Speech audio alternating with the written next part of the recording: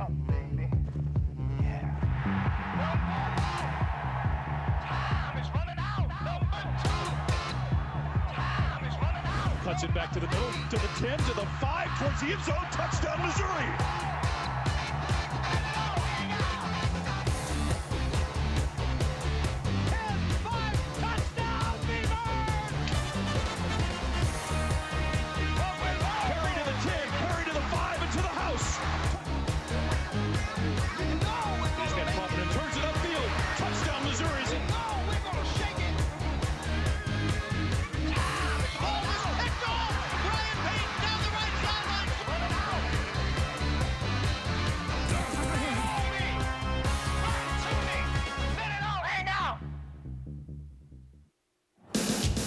Welcome to El Paso, Texas, where the folks of the Southwest have struck up their band. 'Tis the season to be jolly as fans from the Northwest and Midwest have traveled to help ring in the new year. CBS Sports is proud to present the Brute Sun Bowl, the Oregon State Beavers and the Missouri Tigers.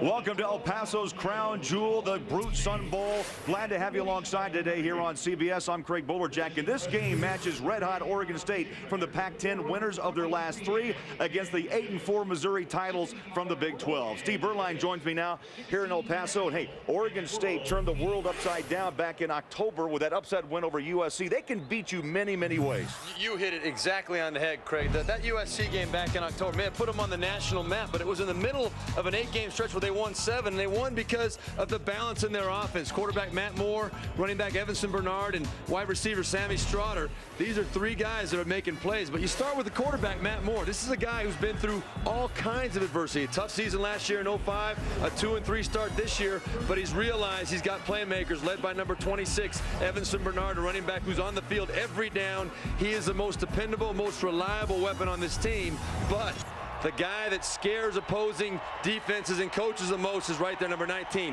Sammy Strotter. He can hurt you quickly in the passing game or in the punt return game. This guy is lightning in a bottle, and he scares Missouri. Let's talk about those Missouri Tigers, because their offense, Steve, is in great hands, good hands with their quarterback, the pinpoint passing of Chase Daniel. Yeah, and this kid is a kid maybe you haven't heard of, but believe me, before it's all said and done, you will hear and you will know who Chase Daniel is. This is a kid who's a sophomore. He's not very big in terms of physical size, but he plays very big in the spread offense of Missouri. This guy is incredibly accurate. He's got great poise, and when you talk to the players and coaches about this guy, the reverence which they speak about him, it's amazing, because you usually are talking about an experienced guy who is spoken about that highly. But he's got some great weapons in that spread offense, led by the 2 huge 6'6" tight ends, Chase Kaufman, Martin Rucker. These are guys that can stretch the field from the inside, but the wild card is true freshman wide receiver Jared Perry. This is a guy that can make some big plays. The 73rd Brute Sun Bowl, Oregon State and Missouri, next on CBS. Welcome back to El Paso, Texas, home to the Brute Sun Bowl, the 79th Sun Bowl here in El Paso. Missouri comes in with a record of 8-4 and OSU 9-4. And let's welcome in the Missouri Tigers.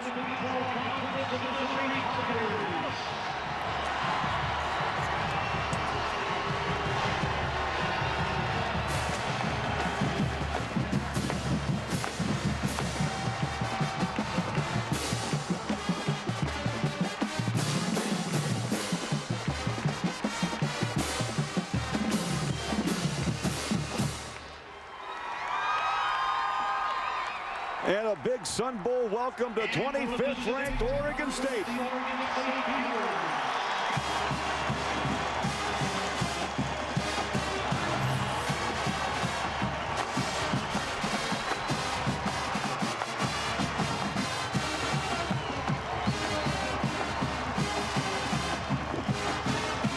The teams are on the field, so is the 3rd member of our team. Let's go live to Sam Ryan. Sam?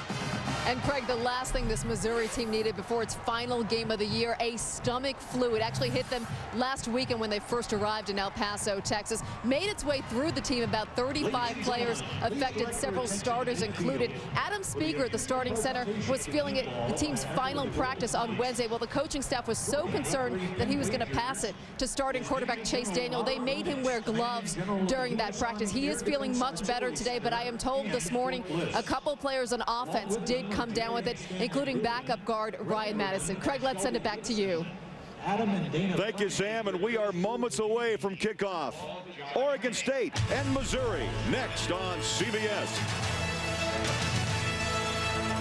Here in El Paso, game time temperature not bad for late December, 45 degrees, wind 9 miles an hour, should not play a factor, and the forecast is for partly sunny skies. And today's game is in high definition television. And Steve Beuerlein, offense will be in vogue today between these two clubs. You're telling me. These are two teams that can light it up. The spread offense for Missouri, it's exciting to watch. That ball gets around, gets in and out of there quick. No huddle. The plays are coming at you fast. They've got the talent on the outside. Oregon State, very balanced, both sides, and really a talented football team. Head coach of Missouri in his 7th year, Gary Pinkel, signed a new 5-year contract back in November. And Mike Riley in his 4th season. Oregon State was 5-6 a year ago and bumped that record at 9-4. Riley's 2nd tenure with the Oregon State Beavers. Oregon State won the toss, deferred, so Missouri will receive. Cerna has it teed up, and Marcus Woods is set to return back at his own goal line. The 79th Brute Sun Bowl is underway here in El Paso, Texas.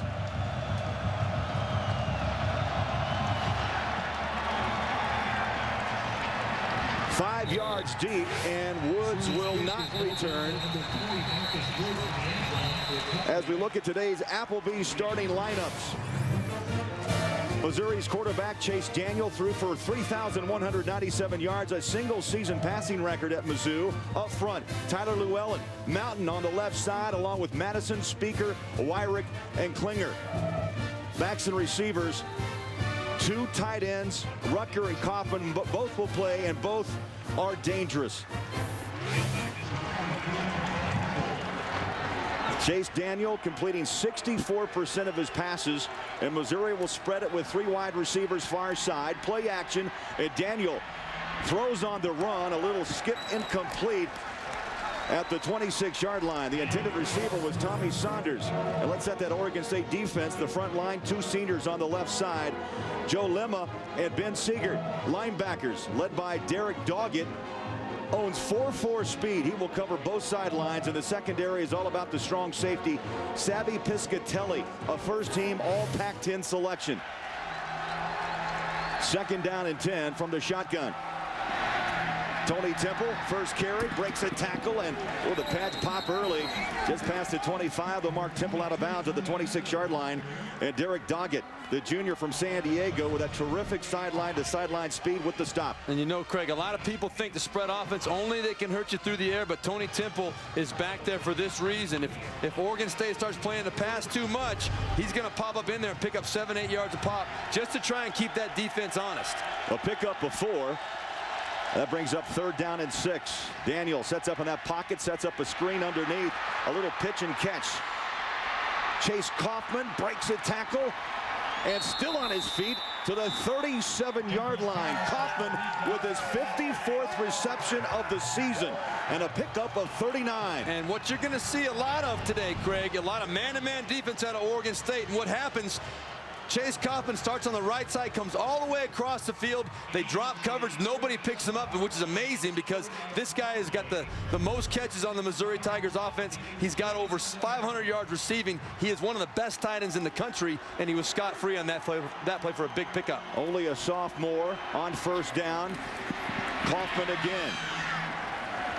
Inside the 35 to the 32-yard line. He comes from a terrific breed. His dad, Paul, was a great tight end at Kansas State and went on to become an all-pro with Green Bay and played for Kansas City in the NFL. He's got good blood, and you're going to see they're going to use that little bubble screen is what they call it. That's the way they use it to receivers, tight ends. It's almost like their wide sweep play. They'll run it 10, 12 times a game, get the ball on the outside, let them run and tuck it up, try and pick up 7 or 8 or more yards on the outside.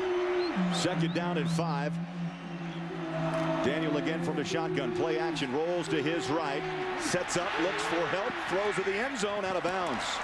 There was pressure coming from the backside. Jeff Van Orso from the right end. You're going to see Van Orso right here on the bottom of your screen, and he's going to come just give good pressure. Now remember, this Oregon State defense is very, very good against the pass. They put pressure on quarterbacks number 2 in the country against the pass. They have 44 sacks. They led the Pac-10 with the most sacks. They're going to find a way. They're going to try and get into Chase Daniels' face. And there you see right now they're flexing Chase Daniels out to the outside. At quarterback is Martin Rucker, tight end.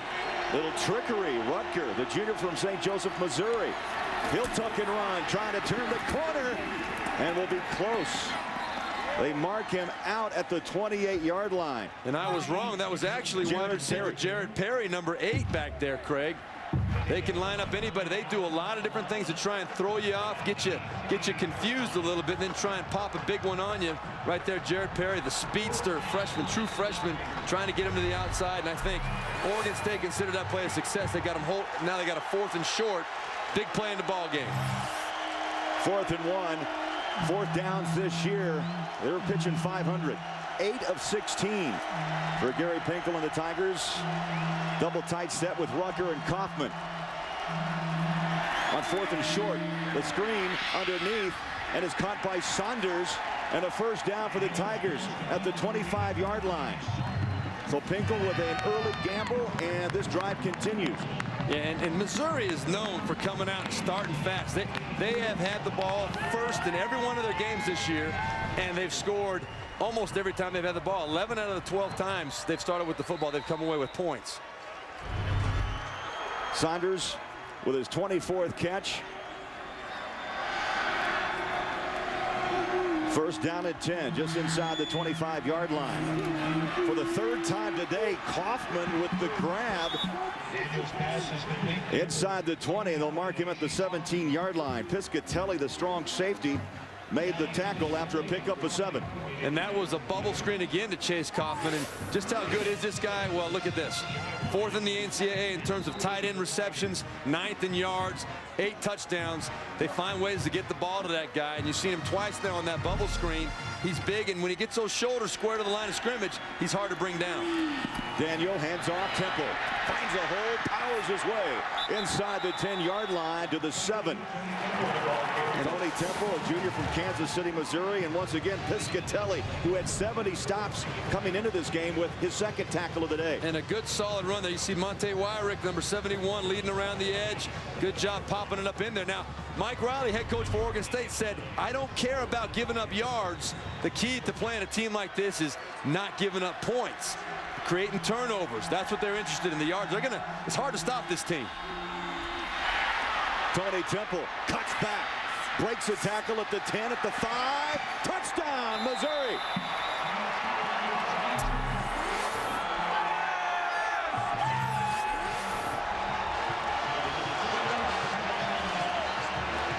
What a great run by Tony Temple. Boy, that play was designed to go right all the way. He does a great job, though, of feeling a seam on the backside, cutting back, breaks one tackle there, and then a little stutter step right there, got him off balance, and then scoots into the end zone pretty much untouched. A great start for the Missouri Tigers, who, again, Craig, they are a very fast-starting team. This is not unusual for them to be on the scoreboard first. Jeff Wolfert, 40 of 40 in point-after attempts, is in. Good snap, good hold, and the kick is up and good. The streak is at 41 in a row. And Missouri strikes first on Tony Temple's 6th rushing touchdown of the season. Tigers by 7, and Temple went right, cut back, and ran it in for 6. We'll be back on CBS.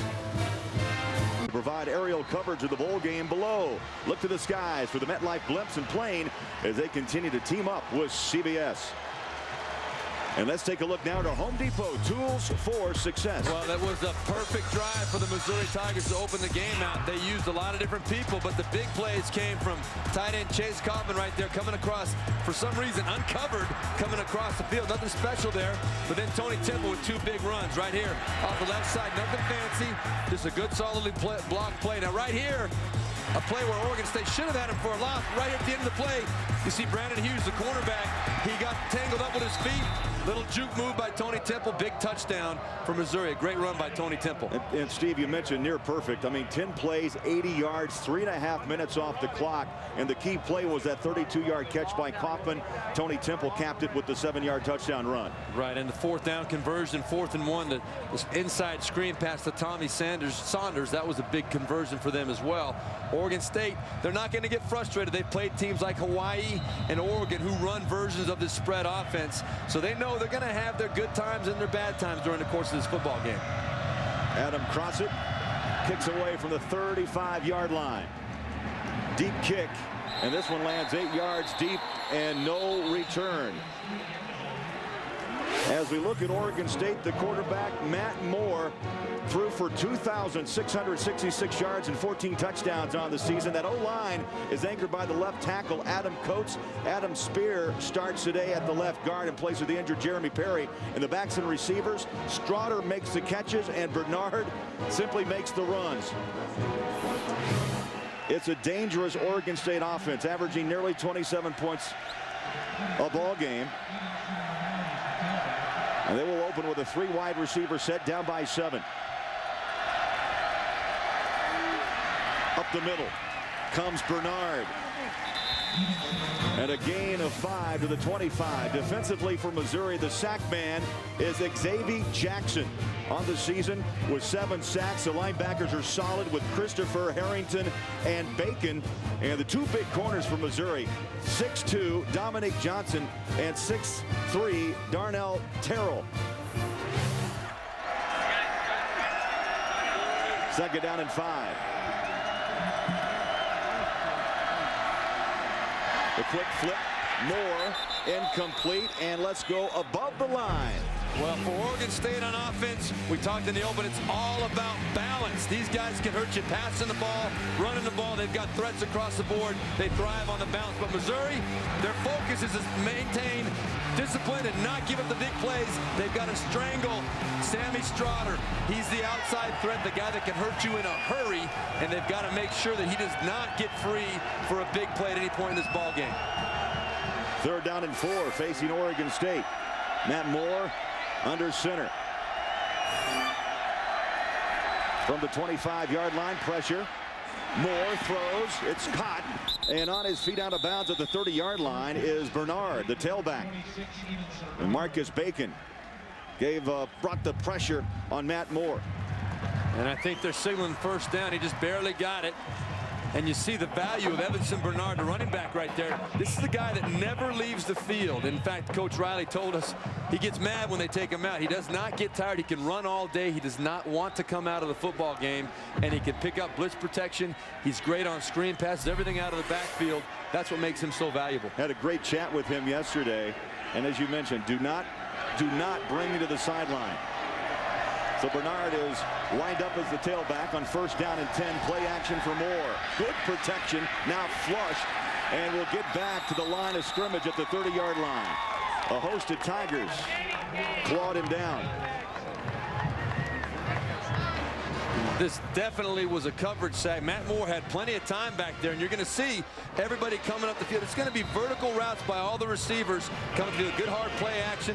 That's what we were told they want to do. You see nobody really short underneath. Matt Moore didn't feel comfortable putting the ball up the field, and eventually those defensive linemen from Missouri are going to get there and make the tackle. Matt Moore, very good on his feet, too. He can run the football if things break down. But right there, a good disciplined play by the Missouri defense. In round. Reuben Jackson at the 40, stutter step, lowers his shoulder and takes a hard hit at the 46. So Mike Riley with a trick up his sleeve, and Ruben Jackson gives the Beavers a first down after a pickup of 16. And that's what having a good solid running threat like Evanson Bernard does for you. Make the play action, and you got quick little Ruben Jackson coming around the edge there. Does a good job of making a move in the backfield. Then one-on-one, David Overstreet the second right there. It's hard to bring down one of these quick receivers in the open field. Does a good job of keeping his feet and getting in on the tackle.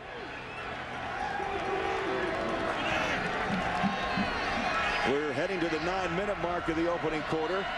Oregon State putting together an impressive opening drive as Moore sets up in the pocket, throws a dart to the near sideline, and it's complete at the 41. And there is Sammy Strotter, 67th reception of the season, an all Pac-10 second team pick after a pickup of 13. And what scares Gary Pinkel and also Matt Eberflus, the defensive coordinator from Missouri, is this Oregon State defense. When they drop back to pass, they're not dropping back to pick up 4 or 5 yards. They're trying to get up the field.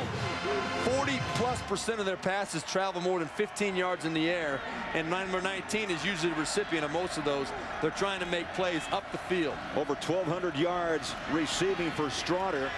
It's Bernard who is chased out of bounds at around the 30-yard line. A nice gain on first, and it looks to be a pickup of 8. Overstreet, David Overstreet the second, in on the stop.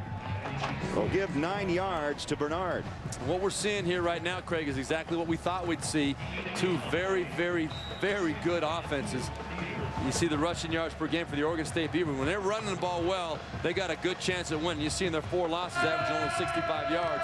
But their balance is what makes them so difficult. Missouri, they can play the run or the pass. You can't play them both on every down. And Oregon State's good enough to make you pay either way. 2 wide receivers set to the top of your screen. They're going to go right up the gut and a first down as the ball goes to Bernard at the 28-yard line. They'll get the very latest in all the major bowl games, including team updates, web-exclusive video previews, and expert analysis from Dennis Dodd. It's all at CBSSportsline.com. That play right there, Craig, didn't look like much. But that was about a 6-yard run right up the gut, right behind Kyle DeVan, the center, and Roy Schuning, the right guard, Andy Levitri, the right tackle. Straight ahead, nothing fancy. And Evanson Bernard, when he gets those shoulders going forward, he is hard to bring down. 3 carries for 20 yards. Evanson Bernard averages 100 yards a ball game. One of the co-captains for the Oregon State Beavers. Bernard, the lone tailback. Batted down at the line of scrimmage on first down. That will bring up 2nd and 10. And that was close. That was William Moore, number 21, coming across at the top of your screen right there, close to being almost a lateral type of pass, but it was definitely traveling down the line, not backwards. The referees, they made that call pretty quickly. Hard to make the call in my book, but good play right there by William Moore, getting his hand on the ball and preventing the Oregon State version of the bubble screen going to the left side. So important to have a balanced attack. You saw what Oregon State has done so far. 5 rushes, 3 passes on this opening drive. 2nd down and 10 at the 28-yard line of Missouri. Again, Matt Moore sets up in the pocket. Little pitch and catch. It's caught.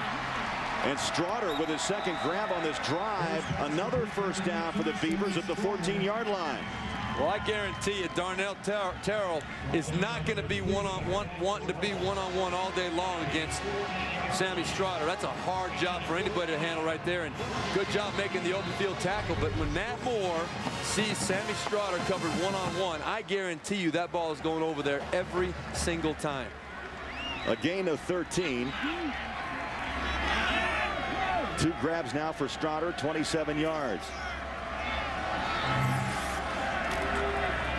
8 minutes to play in the opening quarter. Bernard tries a dance between the Tiger tackles. And maybe a yard to the 13. Xavier Jackson, the 3-year letterman, out of California with the tackle.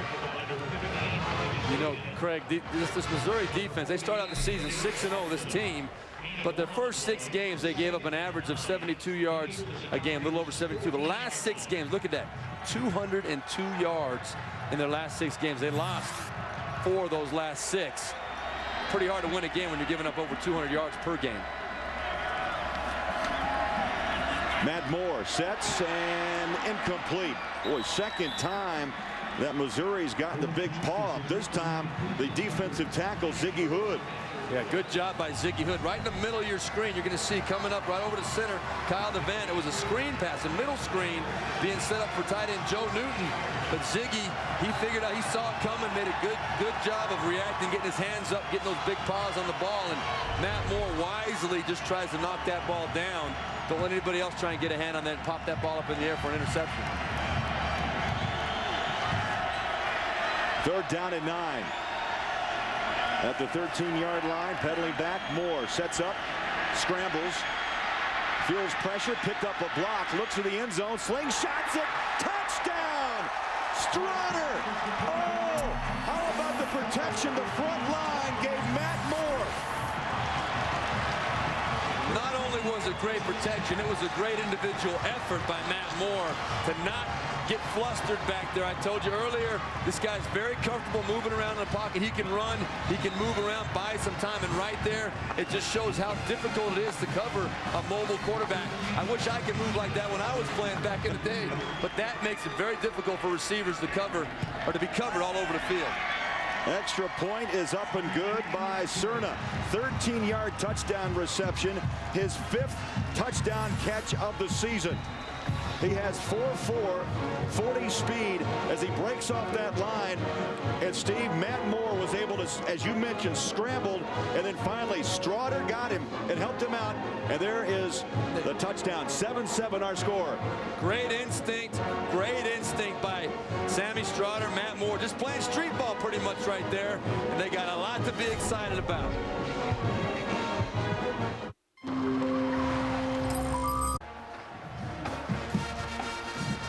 Welcome back to El Paso, the Brute Sun Bowl. 7:07 left to play. Oregon State and Missouri tied up at 7 apiece.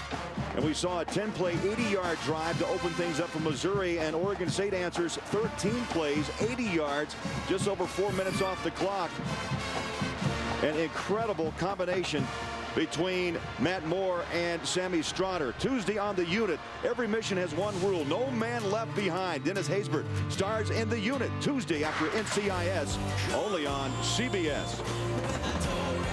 How about that start? 10 plays, 80 yards from Missouri on their first drive. Then Oregon State answered with a 13-play, 80-yard drive. Both offenses doing exactly what they do best. Missouri spreading the field, short passes, getting good matchups. Oregon State, the balanced attack, mixing up the run and the pass, play action. Good job by Matt Moore scrambling, buying some time and making a play to finish it off there. Well, Matt Moore and Sammy Strotter, they teamed up for 3 grabs, 39 yards on that drive. Oh, yeah, and you're going to see a heck of a lot more of that. What's great about this whole story for the Oregon State Beavers is that Matt Moore, after the 2-3 start, this is the guy that people were calling for his head out there in Corvallis. But he's hung in there. He was a stand-up guy, and now he's led his team to where they are right now. A very darn good football team. Alex Cerna, another deep kick, 9 yards deep, and Marcus Woods will not be able to run it out. Matt Moore and the Oregon State Beavers against the Missouri Tigers. We're tied at 7 in the Brute Sun Bowl.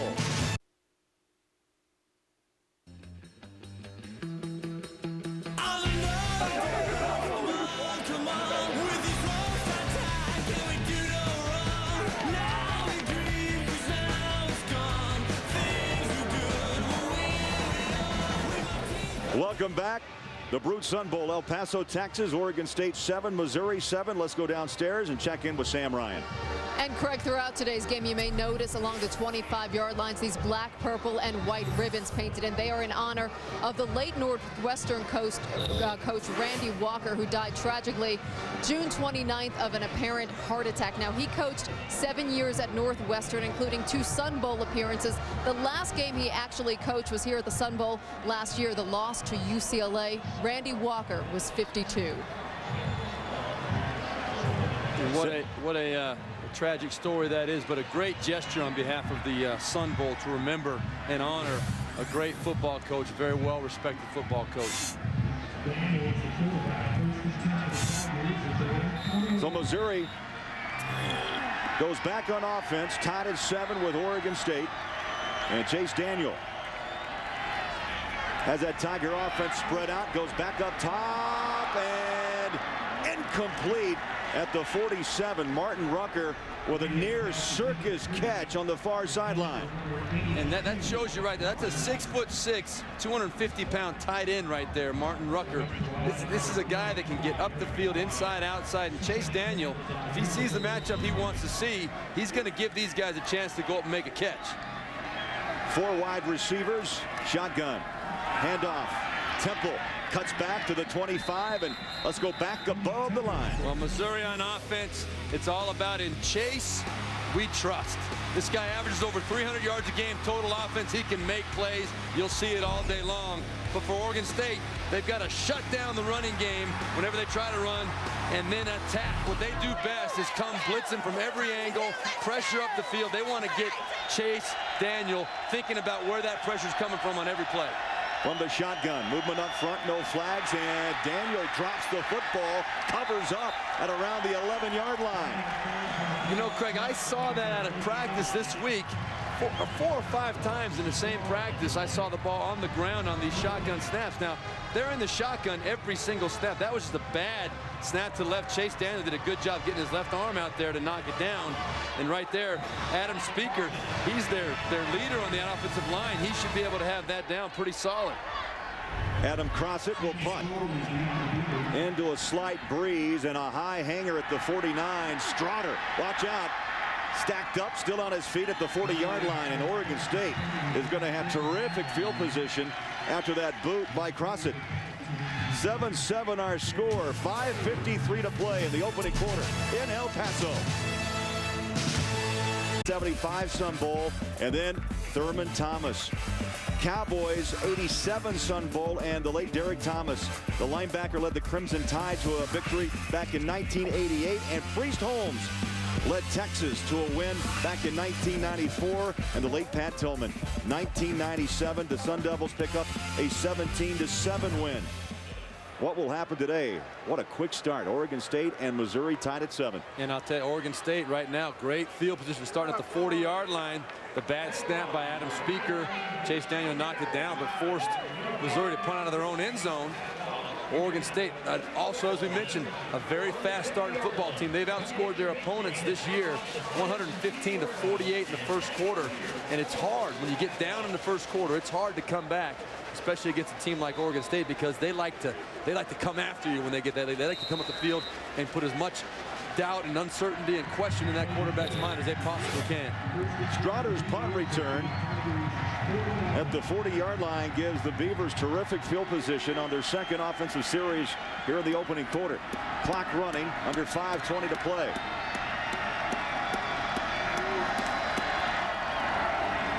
Handoff, Bernard ran out of 1 tackle, but the Tigers wrap him up at the 39.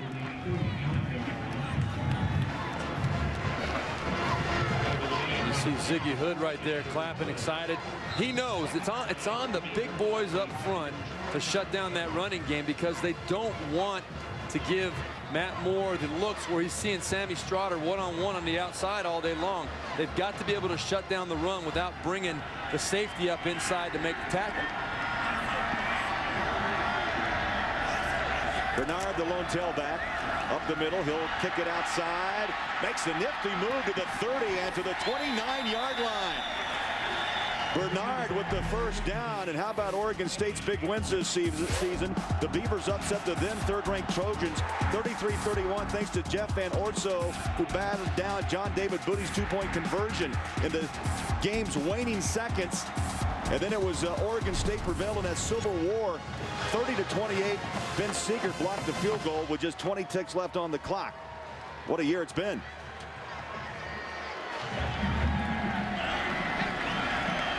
First and 10 for the Beavers at the Tiger 29-yard line.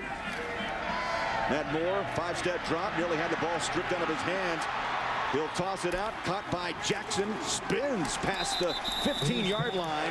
And right now, Oregon State just taking big chunks out of Missouri's defense. Well, you know what's impressive about this is that it looks so easy right now for Matt Moore. And you got to understand, this is a quarterback, again, that was under all kinds of scrutiny after last year and the first part of this year. But he looked so cool and so calm out there, knew exactly where Reuben Jackson was. He takes a hit there. That's a cheap shot. Should have been a call by the referees, by Xavier Jackson right there. That definitely, if he's going to play like that, he's going to cost his football team quite a bit. You can't take a shot at anybody, much less the quarterback, during the course of a play like that. Pick up a 15. They go back to the ground, and Bernard shuffles his feet, maybe 3 to the 12. And the clock now running up on 3 minutes left in this opening quarter. That surprised me about Xavier Jackson there. He seemed like such a nice, mellow, humble guy when we talked to him the other day. And there's the total offense. You look at Oregon State, a few more plays. Both teams averaging pretty good yards per play, 1 touchdown apiece. But the field position right now, always so key in a big game. Oregon State trying to take advantage of it right now. 2nd down and 8 at the 12-yard line of Missouri. Under center is Matt Moore. And again, they'll stretch it out. Bernard. And Missouri starting to kind of pick it up a little bit defensively up front on a yard down to the 11-yard line. Good job by the middle of the Missouri defense right here. Oregon State just trying to power it up, try and give Evanson Bernard a cutback lane. Not there. Good discipline. Everybody was in their right gaps. And again, that's tackled Xavier Jackson. And you look at the scoring defense from a year ago. They go from 81st ranked to 27th in a year's time. And now a timeout is called. And I saw one of the coaches from Oregon State run onto the field at the 20 and call for the time. That was the coach, Mike Riley. Coach. He's moving pretty good, Mike Riley. 7-7, Oregon State and Missouri. And how about this, Steve? Both teams were invited to breakfast on Wednesday morning with the troops from Fort Bliss. How about that? The fellas sat down and had chow. These are some of the really unique, fun, interesting things that players get to do during their bowl week. You know, they don't have classes to get to. They've got the whole day, and these bowl committees do such a super job of mixing in the fun with the special moments like something like that. And I guarantee you those guys that were at that breakfast, they come out of something like that, an experience, sitting down talking with the soldiers. They come out of there with a much better understanding and appreciation for what these guys go through. Yeah, a moment to remember. Many moments throughout the week here in El Paso. Well, the red carpet has really been rolled out here by the Brute Sun Bowl committee. 3rd down and 7 at the 11-yard line for Oregon State. Tied with Missouri, 7-7.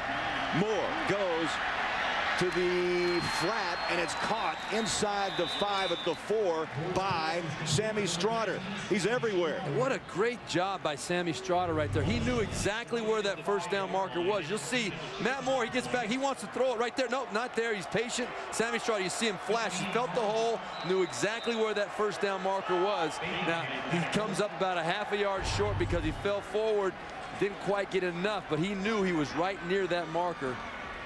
Would have been nice, Mike Riley says, if he could have got an extra yard. I thought he had enough, but just short. Now they got a tough decision to make. Well, Alex Cerna, 21 of 28 field goals. And Oregon State's going to take a timeout again to talk this one over. This would just be an absolute chip shot, like an extra point for Cerna. So Mike Riley will talk it over with Matt Moore. We'll come back to the Brute Sun Bowl on CBS. Missouri. So the timeout call by Mike Riley to talk about the 4th and short. I mean, it's a sure 3. Do you go and put the 3 on the board, or you risk it here early? You know, it's one of those. You're hoping you're right whichever way. You can make a case, a strong case for it either way. I like the aggressive attitude. I think his players will respond. They like that. The coach showing confidence in them. They put in a fullback, Micah Strickland, who will block for Bernard. So 4th and short, and scooting up the middle close to the goal line is Bernard. They'll mark him about a foot shy. First and goal. There's a fumble. They're fighting for the ball. The question is whether or not he was down before he fumbled the football. You'll see great push. You got to feel like with a really good running, yeah, that ball, he was fine. That elbow was hit the ground, the ball popped out. But with your good, solid running game against the defense that has not been very stout against the run the last 6 weeks of the season, I think Mike Riley did the right thing. Go straight at him. Let your big boys try and create a hole. Let your workhorse, Evanson Bernard, stick it up in there and pick up the easy 1st down. We're looking at that angle coming straight at you. That ball was coming out, but the elbow was down. And Oregon State first and goal inside the 1. Quarterback keeper pushing. Matt Moore, touchdown, Oregon State. The center, Kyle DeVan, was able to push, and you know what? Matt Moore just followed. It wasn't very pretty, but it was effective. It worked. Matt Moore was driving those legs, trying to get that ball in the end zone, and Kyle DeVan gave him just enough room to scoot on in there.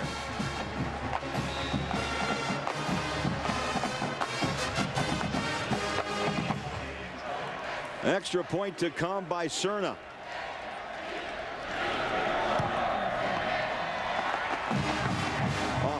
And 4 consecutive PATs by Alex Cerna. And a moment ago, Everson Bernard coming right at you. Ball comes out. They're going to call it down inside the 1-yard line. And then Matt Moore behind his big center, Kyle DeVan, puts Oregon State on top 14-7. Bernard, but now you look at it coming right at you. This was a play a little bit earlier, the first touchdown that Matt Moore threw. But that, we look back at that, we had a really good angle from the end zone showing the play before the quarterback sneak for a touchdown. And that ball was definitely coming loose before Everson Bernard's elbow hit the ground, which is what we thought initially. You're going to see right here at the end of the play, before his elbow hits the ground, right there, run it back just a little bit, you see that ball definitely came out. It was definitely on the ground, I think, and it should have been ruled a fumble because it was a great defensive play. I mean, it was a play that should have gone probably to Missouri, in my opinion. 8 plays, 40 yards, and Moore credited with a 1-yard touchdown run. So Oregon State gets the first big break of the game. And the kick is away, line drive. Marcus Woods, and puts it on a knee. 5 yards deep, no return. Both kickers have really hit the ball well in this opening quarter. Yeah, we got some altitude here, you know, in El Paso. I know I don't know exactly how many feet up we are, but the altitude is definitely a factor here in El Paso. The ball is really flying well off those kicking tees.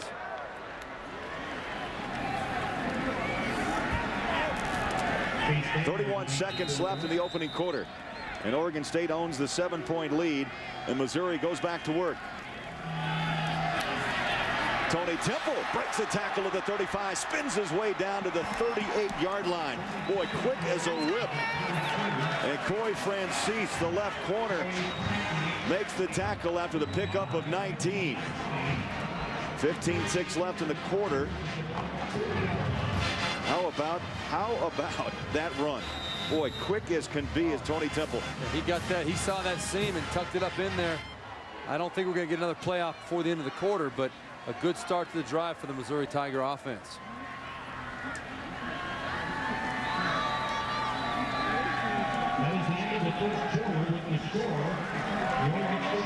So that ends the first quarter. Oregon State 14, Missouri 7. The Brute Sun Bowl will continue after these messages and a word from your local station.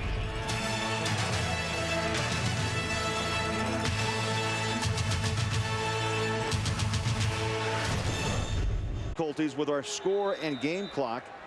We hope to have that working in a moment. And Wednesday on CBS, Comedy is King and Kevin James rules. Catch a new King of Queens Wednesday at 8/7 Central, only on CBS. Tigers are in full force here in El Paso. Chase Daniel in the shotgun, 1st and 10 from the 39-yard line. Quarter number 2 underway. A pump to the near side and pressured and down. Van Orso, Jeff Van Orso, the right end. You're going to see him coming off the top of your screen. They're just a good, solid inside move. Faked up the field, did a great job coming back underneath. And that was Joel Klinger, the right tackle. Tyler Llewellyn, the left tackle, that got burned on that one. He was playing the speed up the field, and Van Orso did a super job coming back underneath and finishing off the play. 45th sack recorded by Oregon State's defense this season, and the third by Van Orso. Loose ball. Incomplete will be the call. Tommy Saunders could not grab the handle. And you see on that play right there, Craig, what Oregon State likes to do, they like to play aggressive man-to-man coverage on the outside, bring pressure with their linebackers and safeties.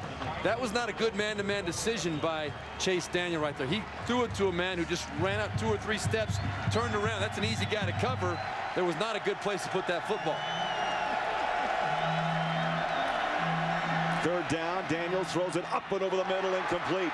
And the intended receiver was the freshman Jared Perry, and now a flag comes out at midfield. Yeah, they're going to get Coy Francis for a little bit of contact up the field. I thought it could have been thrown. I wasn't sure.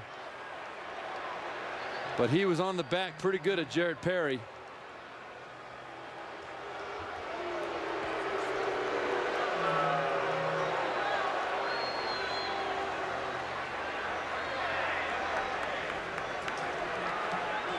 First flag of the day. It's been a very clean game. Yeah, definitely a good call, though, on this one here. Pass interference.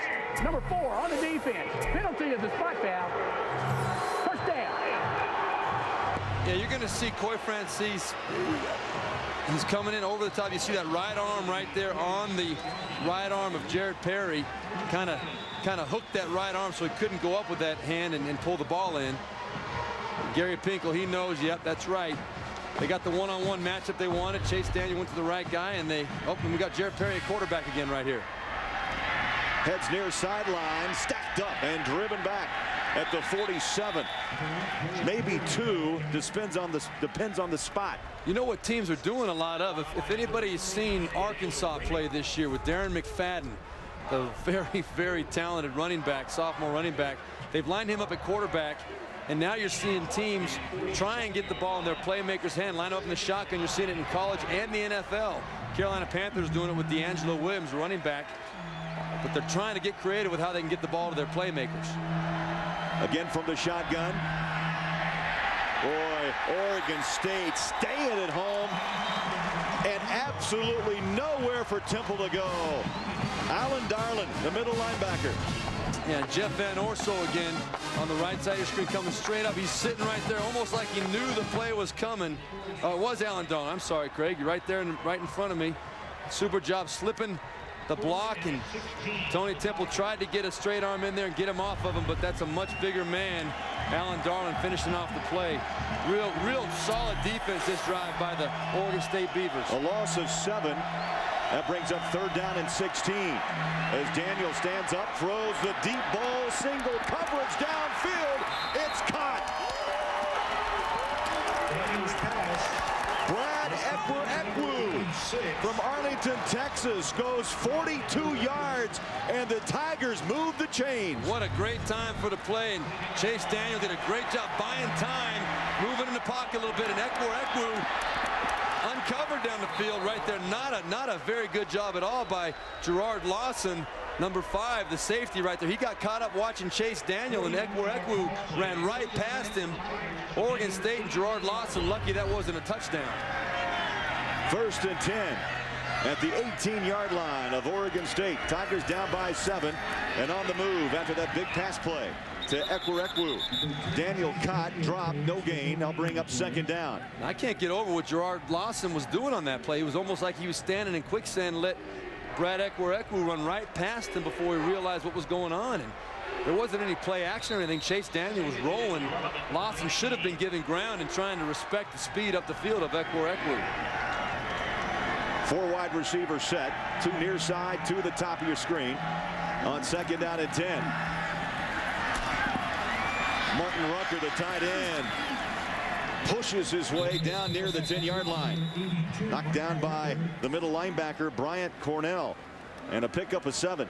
And one thing I think we need to get into, Craig, how is it that this young quarterback, Chase Daniel, is so comfortable in this offense? Well, he's been running it for a while. He grew up in this offense all the way back to middle school, running the exact same offense through high school at Southlake Carroll High School in Texas. So when he came to Missouri, he was way ahead of the curve. He already knew most of the offense. Well, as Gary Pinkel said, the head coach of Missouri, his accuracy is unmatched in college football today. On 3rd down and 3. Beavers show blitz. Here they come. Daniel steps up in the pocket. Oh! Nearly caught by Kaufman. Incomplete in the end zone. And that's exactly what Missouri tries to do. They can flex these big tight ends on the outside. 6'6", going up and trying to get that football. Almost pulls it in. A super job defending the play by Keenan Lewis, the most athletic DB that the Oregon State defense has. But boy, Kaufman almost came down with that football, and you're going to see a lot of that. They like to give those big boys a chance to go up and make a play. Field goal attempt for Jeff Wolford. This will be from 30 yards on the season, 17 of 19. Good snap. The hold is down. The kick is away. And from 30 yards, Missouri puts 3 on the board. Oregon State with the lead of 14-10 in El Paso. Leading 14-10, Wolford 30-yard field goal, and Missouri goes 10 plays, 69 yards, and just over 4 minutes off the game clock.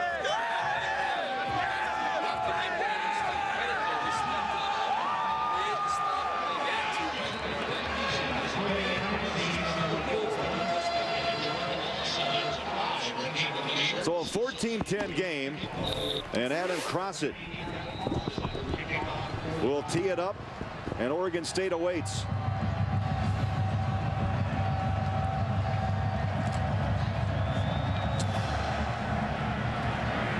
Another strong leg, and 5 yards deep, no return for Lawson. So Oregon State with a 4-point lead will start their drive at the 20-yard line. Timeout in El Paso. 14-10, the Brute Sun Bowl on CBS. Back at the Sun Bowl, where Oregon State leads Missouri 14-10 in the second quarter. Hard to believe, but Oregon State quarterback Matt Moore actually took a year off from college football after starting 4 games for UCLA in 2003. 2004, he wanted to focus on baseball, was drafted by the Angels in the 22nd round of the 2004 draft as a third baseman and outfielder, but it was actually his dad, Don, who talked him out of playing minor league baseball. Don Moore spent 6 years in the St. Louis Cardinals organization. He said, you don't want to take those long bus rides in minor league baseball. Craig, let's send it back to you. Sam, thanks. I think his dad also told Matt, listen, pal, we don't need to have knees and elbow surgeries, but you know what? Football's a rugged game. You know that, my friend. Yeah, he told me that. I kind of said, well, wait a minute now. I had 18 surgeries in my 17 years in the NFL. There's more of a chance of having surgery playing football than baseball, but I think it was the long bus rides that Matt didn't want to deal with, and that was probably a good decision. He's playing really well in this game right now. Oregon State up by 4 and the football, and Matt Moore on the keeper, rolls out, fires, and complete. Straughter with another catch inside the 40 at the 36-yard line, a pickup of 17. And there you see the creativity and the mobility that Matt Moore has. The creativity in the play call, little rollout play right there where you can just give the defense something else to think about. Get those defensive ends worried about keeping Matt Moore in the pocket. He's got the ability to get on the outside, throw the ball very well on the move. And Sammy Straughter had a lot of space out there to find an open hole and give him a big target. 5 catches for Straughter, 62 yards, and that touchdown in the opening quarter. Play action and a dart to the sideline, incomplete. And again, Straughter was the intended receiver. Yeah, we're seeing a very concerted effort by Matt Moore to get the ball to Sammy Straughter. He had good one-on-one coverage on the outside. I think that particular play right there, he had a good shot at Joe Newton, the 6'7" tight end, over the middle as well, one-on-one, but not a bad decision by Matt Moore at all right there. He likes Sammy Straughter one-on-one on the outside. Just wasn't a very accurate throw by Matt for the first time today. Matt Moore today 7 of 11 passing for 81 yards and 5 of 7 to Straughter. They'll go back to the ground. Bernard stacked up and maybe lost a yard. How about the Tigers swarming on defense? Xavier Jackson, number 48, always around the football. He's an energy guy, and he told us, you know, he does have 7 sacks on the season, but he says he doesn't look at himself as a pass rusher. He said, I think I pretty much got lucky 7 times this year with the pass rush, but he said if they try to run the ball at me, my mentality is they're making no positive yards on the ground to my side. And what a motor. Remember in our talk, his high school coach told him he'd never make it, never. And that is the motivator for Xavier Jackson. Told him he'd never make it in life, much less in football. Out of the pocket comes Matt Moore, throws and dropped at midfield. Ruben Jackson. And that, if we'll see it again, looked like maybe turned him around a little bit and was unable to plant his feet for the catch. It definitely was a little bit behind him, but Ruben Jackson can make this, should be able to make this catch with his eyes closed. Maybe his eyes were closed on this play. I don't know, but definitely a ball that should have been caught. Sure, a little bit behind him, but that ball hit him right between the circles of the 8s right there. He's got to make that catch. Would have been easily a first down. Kyle Loomis is set to kick for the first time today. Saunders with the fair catch at the 22 for Missouri. A 40-yard kick, no return, with 9:25 left here in the first half of the Brute Sun Bowl. And it's little plays like that, you know, Ruben Jackson, he's made a lot of big catches for this team, but, you know, in a close ball game, which this is right now, 14-10, you got a chance to make a big play, convert a first down, keep the ball in your offense's hands. When you're playing against an explosive offense like this Missouri Tigers offense, you hate to give them more chances by making simple mistakes, you know, mistakes that you could routinely make. Make a positive play on that catch. You got a first down instead. Missouri's got the ball back now. 3 wide receivers set to the near side on 1st and 10. Chase Daniel. And that little handoff to Tony Temple. Well, he turns that corner and then just hits another gear. My goodness. Out of bounds at the 26 and a pickup of 4. Yeah, I think what Missouri is seeing is Oregon State's going to a very unique defensive alignment on 1st and 2nd down. They're having 3 down linemen, one of their defensive ends lined way up outside, and then Alan Darland, the middle linebacker, is coming up almost in a defensive tackle position, standing up. You can see him standing up right there on the inside. Pitch and catch, watch out. There's the throw. Saunders lets it fly. There's a battle, incomplete. Ekwu try to give himself a little room to make that catch, but Tommy Saunders, boy, he bought it after he threw that football. Oh, I'm telling you, he took one in the mouth. He knows what it's like to be a quarterback now, taking one right in the chops. That was, boy, he got the throw off. They ran this play in practice, but man, that was Dorian Smith, number 93, coming right there, and also, ooh, right in front, right in the face. Brian Payton getting at him as well. That is not a good feeling when you're throwing that football totally exposed like that. Well, not the way to ring in the new year. No, when you get your bell rung. 3rd down and 6 for Missouri as Chase Daniel, again, exclusively going shotgun. Sets up at the 20-yard line. Pumps, throws it up, wide open. Caught at the 35. Watch out to the house. Goes to Nerio Alexander. Touchdown, Missouri. Daniel's pass is complete to number 81. 74 yards. And a spectacular play, both in design and execution by the Missouri Tigers. They set that play up with some of those short little bubble screens and the inside screens. Chase Daniel made a pump fake on the short guy coming in with the inside screen, and then that left Dorian Alexander wide open up the field. 74 yards. And now Wolford in to try the extra point.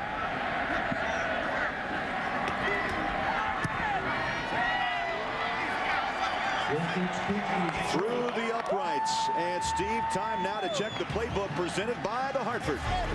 Well, you're going to see Denario Alexander. He's lined up in the slot right here. This is him. But what's going to happen, they're going to have a little fake screen pass right here. Chase Daniels is going to make a pump fake to him right there. Quick pump fake. Everybody flies up for the Oregon State defense.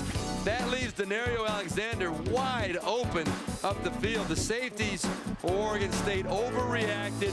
They thought for sure it was the middle screen coming, and Chase Daniels, he knows that play worked to perfection. He's excited about it.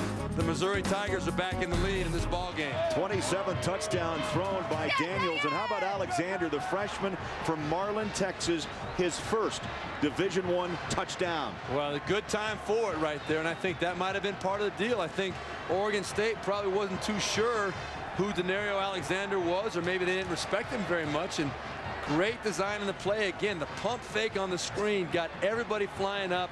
Easy throw and catch for a touchdown.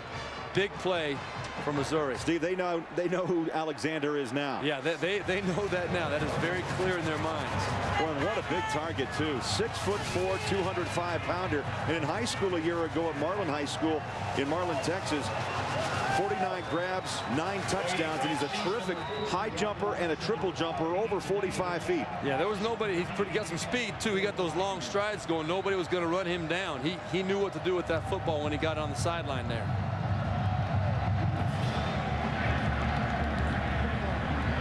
Maybe a return. First one of the day at the 2-yard line. They fake the reverse around. Lawson past the 25, and there's a pileup at the 27-yard line.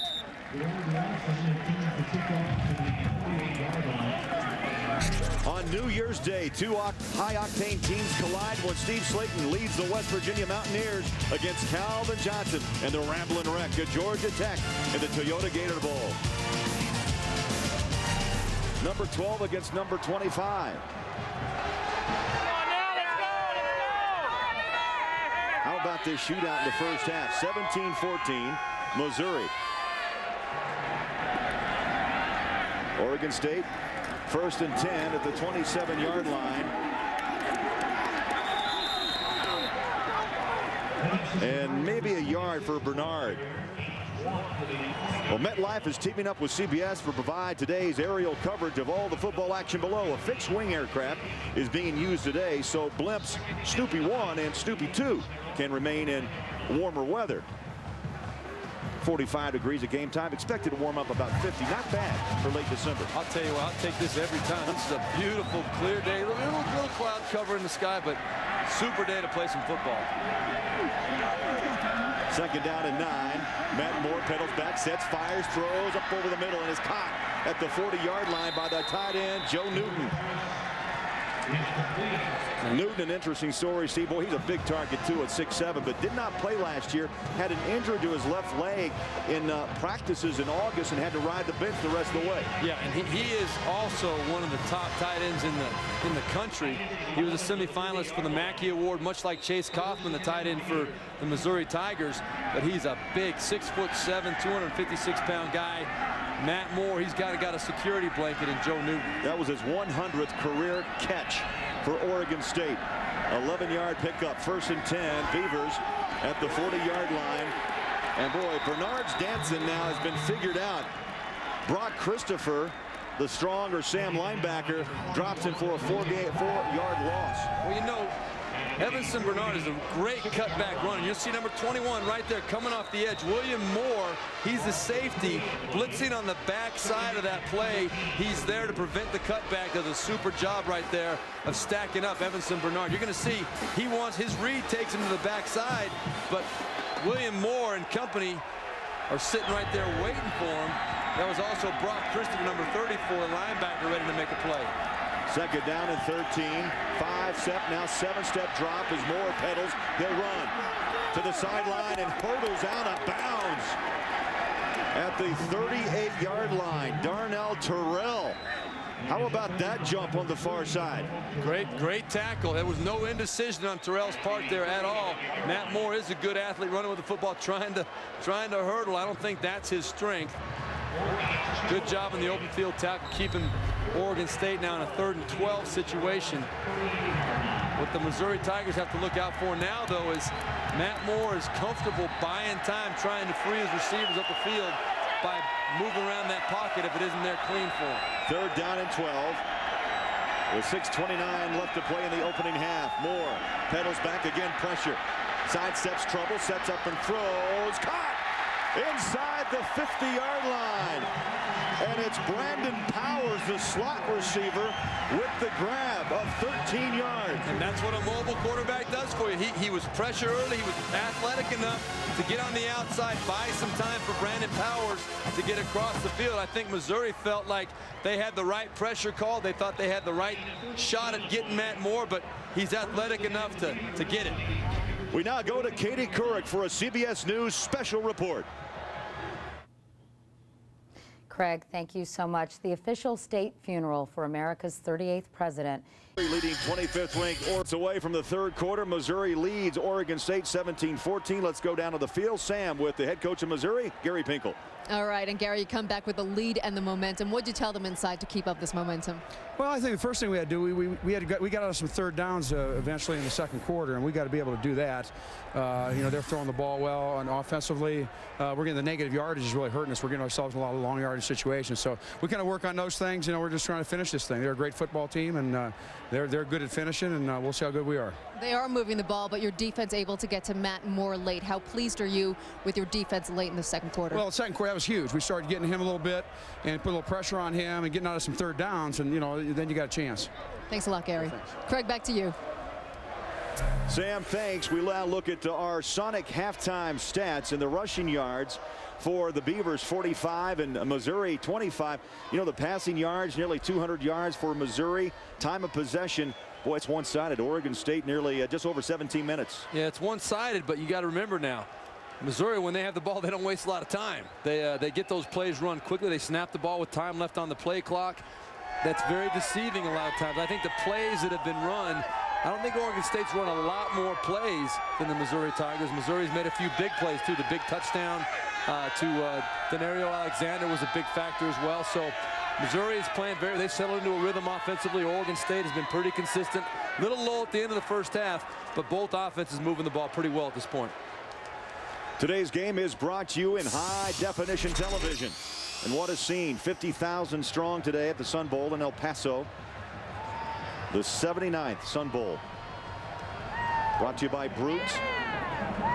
And we'll start the 3rd quarter with Missouri on top, 17-14. As we talked earlier, Steve, I tell you, the 1st quarter, it was an offensive show, clean. 2nd quarter, we saw the lone penalty and also a pair of, well, giving it back to one another. Both quarterbacks fumbled and gave it right back. The quarterbacks exchanged fumbles.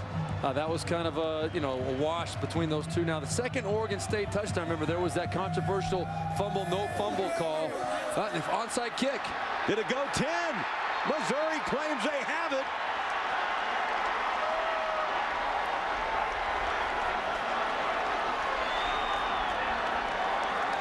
Well, how's that for coming out trying to establish momentum here? Officials will huddle. I think they're talking about whether the ball went 10 yards, but an Oregon State player dove and tried to get the football. He's the only one that touched it. As long as a Missouri player did not touch the football, I could be wrong. Here's Pin Wagers. Illegally touched the ball prior to going 10 yards. Oregon's ball. Oregon State. Well, there's the explanation. So Missouri did touch the ball before it went 10 yards. Oregon State football. Well, let's see who could have touched this ball before it went 10 yards. It's got to get to the 45-yard line. Did the kicker touch it?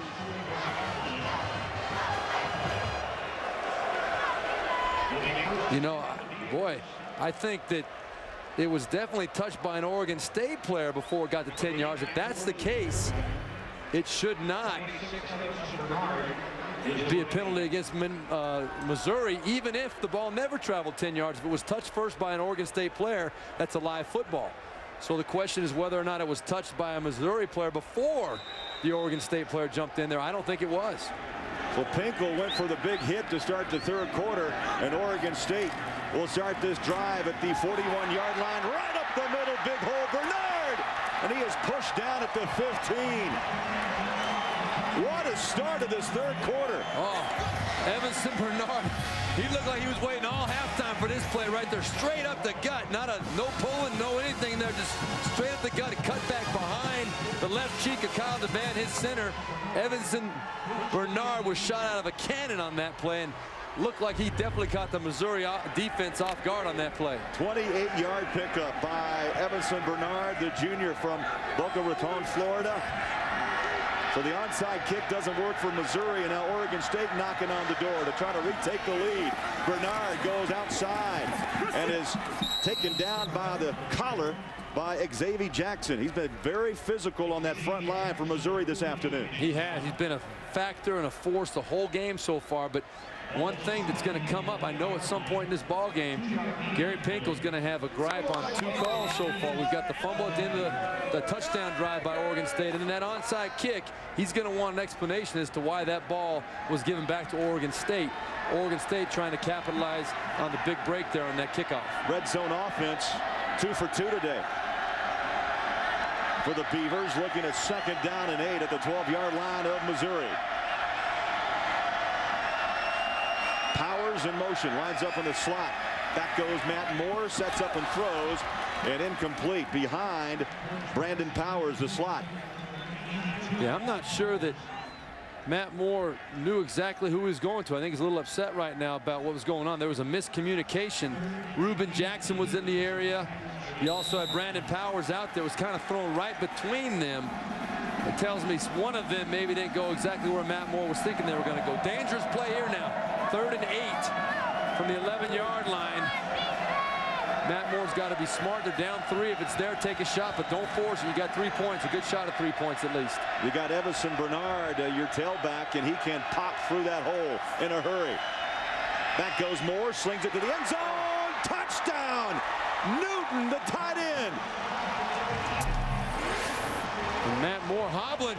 But what a great throw, standing in there against an all-out blitz by Missouri. He took a hit, not a big hit, but they were coming clean. Joe Newton, I thought David Overstreet could have been called for hanging on his back there a little bit, but a good solid catch by Joe Newton with David Overstreet hanging on him. That big body helped him out right there, 6'7", 250, pulls it in for the big touchdown for Oregon State. 16th touchdown throw of the year for Matt Moore, and the extra point is right down the middle. What a start to the third quarter here in El Paso. 11-yard touchdown as Moore sets up right on the hands of Joe Newton. And Moore did pay the price. The pressure comes in a little bit late, and then he rolled over the back. I think he got stepped on. That hurts. Matt Moore, his 16th strike of the season, and he finds Joe Newton. Oregon State 21, Missouri 17 on CBS. 4 plays, 41 yards. Newton, 11-yard touchdown. Yeah, let's call it the controversial onside kick recovery. Gave great field position to Oregon State, and then Evanson Bernard exploded up the middle on that first play. Got him inside the 15-yard line, and then the great throw by Matt Moore facing the all-out blitz to Joe Newton for the touchdown. What a seat that man has. How much that cost? That's a bird's eye view of the Sun Bowl here in El Paso. Marcus Woods set to return the kick. Back at his own goal line. Missouri now down by 4 after leading 17-14 at the half.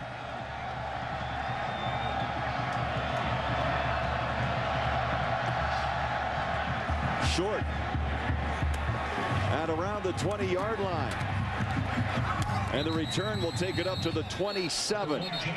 Jimmy Jackson with the return. And how about time for the Aflac trivia question today?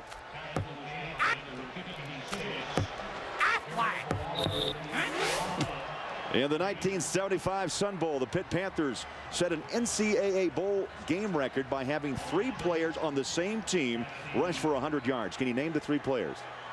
We'll have that answer a little bit later. I think you might be able to get one of them for sure. I got one. Yeah, that's easy. Missouri goes back to work, and quickly Over the middle to Kaufman, the tight end. Chase Daniel, Chase Kaufman. They were quite a combination in that opening quarter, and they hook up to start the third with a 15-yard gain. Chase to Chase, a big tight end against the corner. You had Coy Francis out there trying to cover him one-on-one. And remember now, Chase Kaufman, he actually played wide receiver in high school. Made the switch to tight end. You know what? He can still run the ball pretty fast, huh? He can run. He's used to, yeah, he has some speed. Up the middle goes Temple, driven back. Tony Temple, a 5'9", 200-pound junior, and a pickup of 3. You look at what's happened today. Daniel, 9 of 15, 207 yards and a touchdown. Temple's now taking the ball 11 rushes for 48, and Kaufman, 3 grabs, 49 yards. Yeah, very efficient, very effective. They spread the ball around as well as anybody. Shotgun is Daniel, sets up and throws. Quick hitter to the far side, and the other tight end, Martin Rucker, is wrapped up, but a flag is down around the 49-yard line. Well, what a 1-2 punch with Rutger and Kaufman with the tight ends. Yeah, you just don't see that too often. The combination of the size they had, penalties going against Missouri, but the size of these two tight ends, both 6'6", and their ability to flex out and run routes versus safeties, versus corners, versus linebackers. It's a very, very unique combination. Pass interference, number 84 on the offense. Penalties 15 yards from the previous spot. Down remains second. So Rutger made the catch, but Saunders whistled for the penalty. And don't forget, later in the game today, the 5-star play of the game presented by Wrangler. We've seen some big ones. I don't know if we've seen the 5-star play of the game, but stay tuned. I think they got a few more tricks up their sleeve, and this game's going to come down to the wire anyway. There's going to be a lot more big plays. Second down, 22 now after the penalty for Missouri. Shotgun, Daniel, good protection, steps up, directing traffic, chase from behind, and taken down. Boy, hard hit around the 33-yard line, and Daniel not happy. Alan Darling was in on that stop. And Joey LaRocque was there to finish it up, and I don't think Chase Daniel appreciated the final hit by Joey LaRocque. You see him coming in to finish off the play and kind of wrench his neck a little bit right there.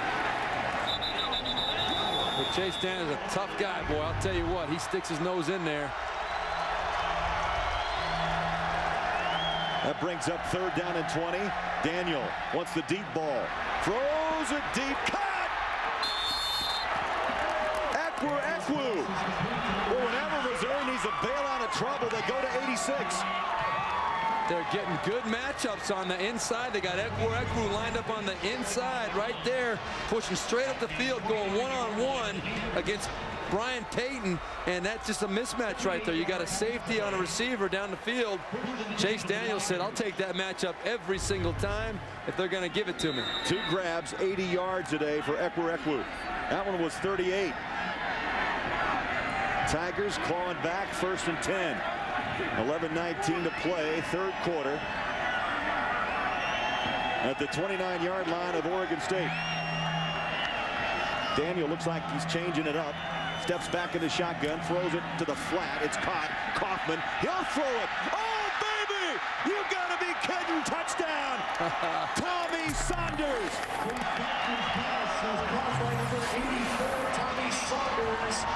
You said there'd be another trick play, my friend, and Chase Kaufman, the tight end, launches a touchdown to Saunders. Well, this is a great, I saw this play this week in practice. They ran it one time, and it didn't come up this way, but what a great throw by Chase Kaufman, realizing Tommy Saunders was wide open.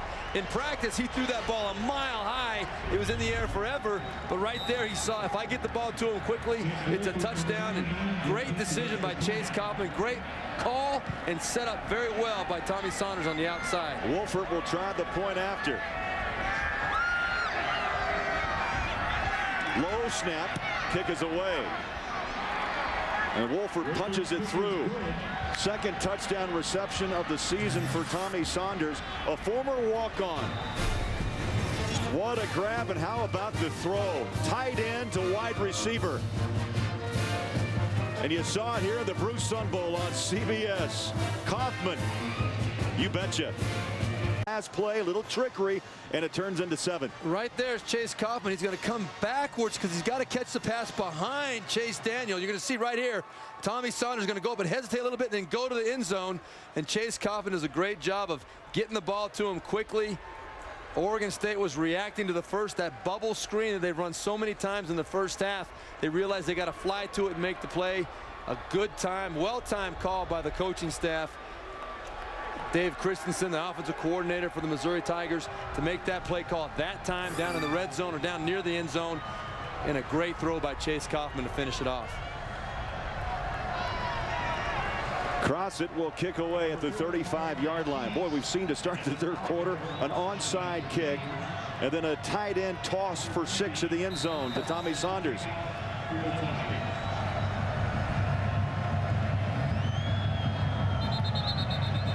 Now the wind picking up a little bit, blows it off the tee. And Crossett will retrieve it.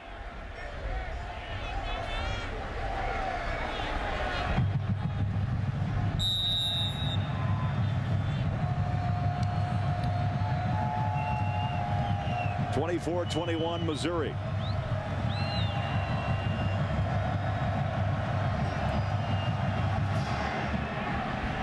Good kick. And no return. Let's go downstairs and check in with Sam. And Craig, you're talking about the former walk-on Tommy Saunders. He said he still carries that walk-on mentality with him. He knew he'd have to work twice as hard as everybody. Well, he set a goal in the beginning of the year, January 1st of last year. Wanted to do 100,000 push-ups. As of today, he's up to 98,084. And hey, he's already set goals for next year. Wants to climb the rope in their weight room 1,000 times. And how about this? 500,000 sit-ups. Sam, I love it. And Steve, you know what? It shows you that if you have a dream, you can achieve it. I'm speaking of walk-ons around the country in Division I, and he told us, listen, I've got to work almost 5 times as hard because I'm a walk-on player. Deep ball, it was up for grabs and picked off at the midfield. Oh, lost, fumbled, recovered by Oregon State. How about that for a first down? Can you believe that? Now, Matt Moore was just destroyed as he let go of this ball. The ball just shot up like it was a wounded duck. You're going to see he takes a shot in the ribs right as he gets ready to throw it right there. And the ball never has a chance to get to anywhere near one of his players. It's picked off by Brandon Massey, who fumbles it back. And you can see right there the shot that Moore takes in the rib cage. Good, clean shot by Marcus Bacon. And what an unfortunate break for the Missouri Tigers to fumble it back. Brandon Massey giving it back to Oregon State, so it ends up being about a 25-yard gain. Third pick by Massey, and he gives it right back. 1st and 10, Oregon State at their own 46-yard line. Did Newton have it? No, they're going to call it incomplete. Never had control as he made that football move upfield. Yeah, I don't think he ever had control of that football. A little bit behind by Matt Moore. He might still be feeling the effects of that rib shot the previous play. Sometimes you need to go a play or two to shake the cobwebs out, get your bearings back right. You know, Sam mentioned his history. 2 years at UCLA, started 4 games, played 11 for the Bruins, took 2004 off, actually drafted by the Angels, but decided not to play, and then came back and enrolled in January of 05, and here he is starting in the Brute Sun Bowl. Over the middle, on the fingertips and dropped. Right at the 35-yard line. Strawder nearly a circus catch at the 35. Well, you see the numbers there in the big 3 for the Oregon State offense. Bernard, Strawder, and Matt Moore. He threw his first interception in a very long time, over 180 passes on that previous play. But 15 carries, 71 yards for Bernard, and Marcus Strawder, who right there I think should have made that catch. Wasn't a great throw by Matt Moore. Should have made that catch, though. Would have been his 6th catch of the day. He's out there. They know where he is. They're down at 10. Up and over the middle, incomplete. Well, Missouri is really wound tight. Brock Christopher came over and knocked that ball down, and that will bring up 4th down for Oregon State. And that was really a good play by Brock Christopher. He baited Matt Moore into throwing that ball. He knew, it was almost like he knew that Joe Newton was going to run for that first down, depth turnaround, give him his big body. Christopher just sat there and waited for the throw to be made and then jumped in there and broke it up. Perfectly timed play. Loomis back inside his own 35-yard line, takes one step and the boot. Saunders waves it off, but it gets a Beaver bounce down to the 11-yard line.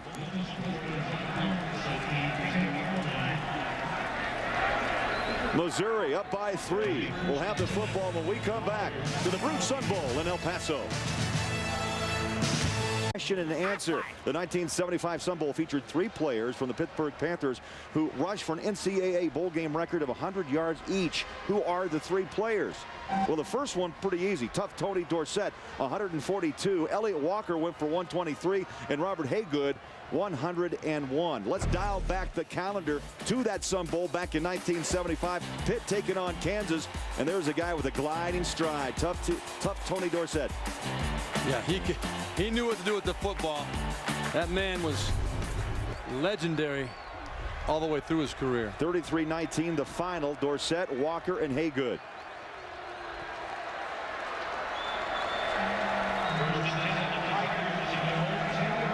So that punt went out of bounds at the 10-yard line. Missouri starts deep in their own territory with a 24-21 lead in what has turned out to be a wild 5 minutes of the third quarter.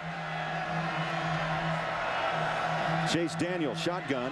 Now they go option. Little pitch out at the 10, 15. And taken down is Tony Temple by Brian Patton, the free safety. And see, if we look at Chase Daniel's day.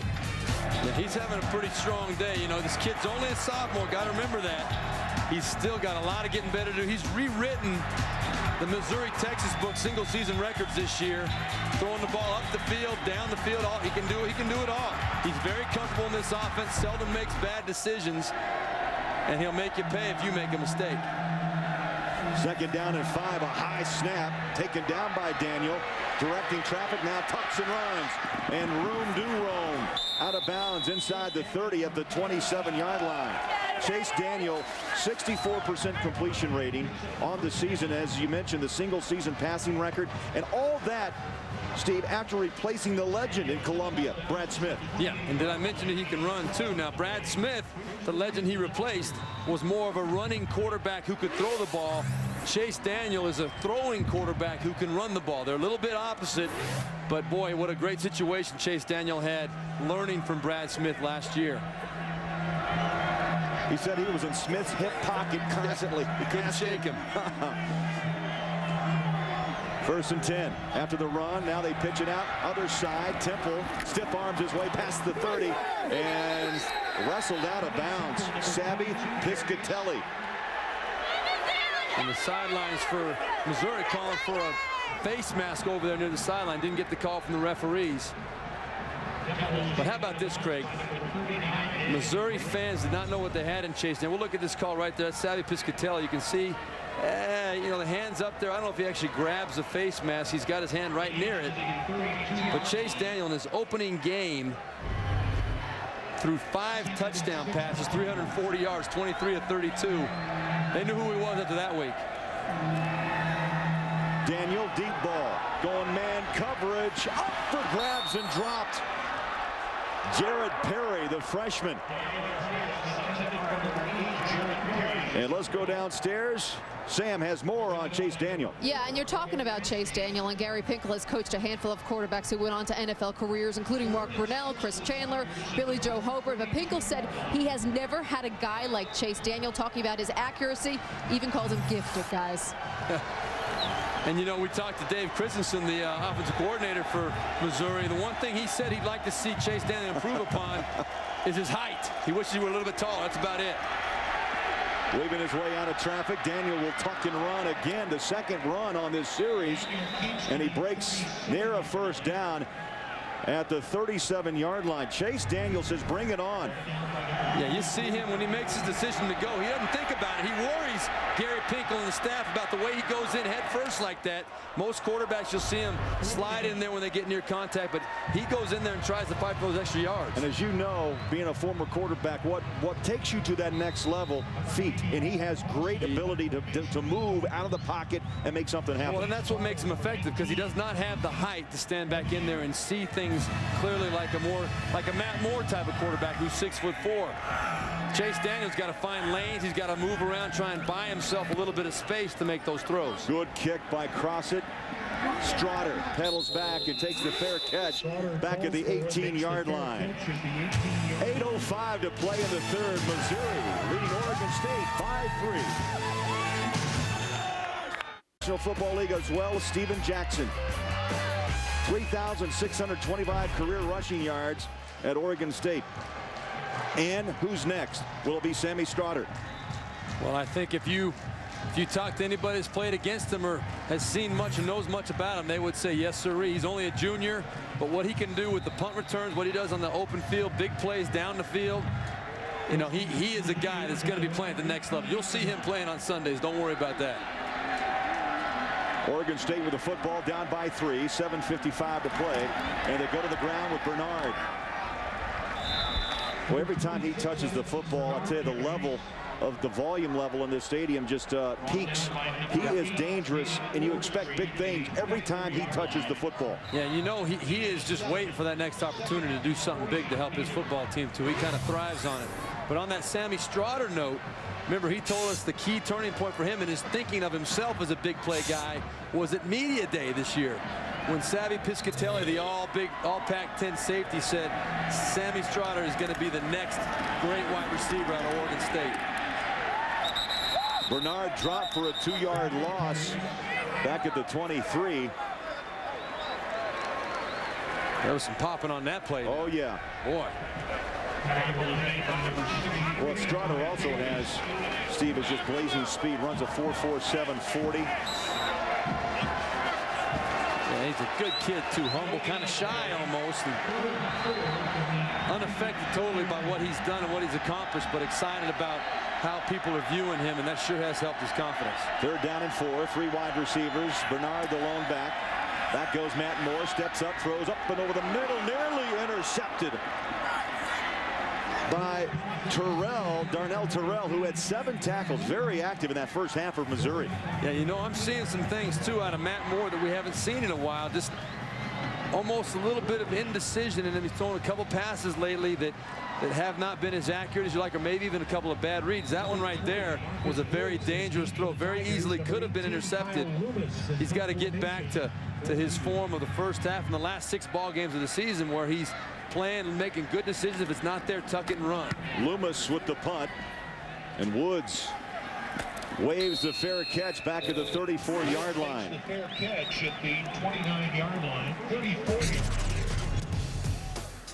Tomorrow, CBS Sports presents Championships of the NCAA. The NCAA Fall Highlight Show, 1 o'clock Eastern.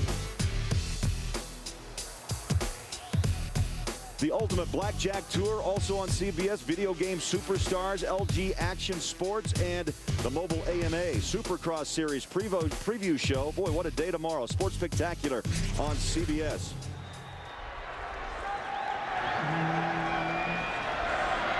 Clock heading to 6 minutes in the third.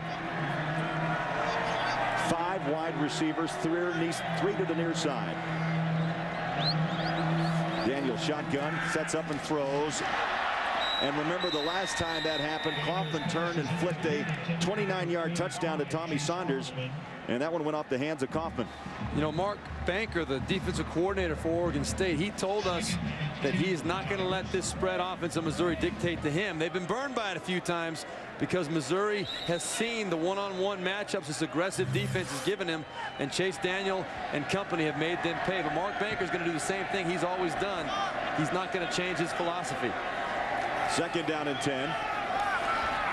Temple breaks it right up the middle, 50. Watch out, 40, 30, 20, Temple, 15, 10, touchdown, Missouri.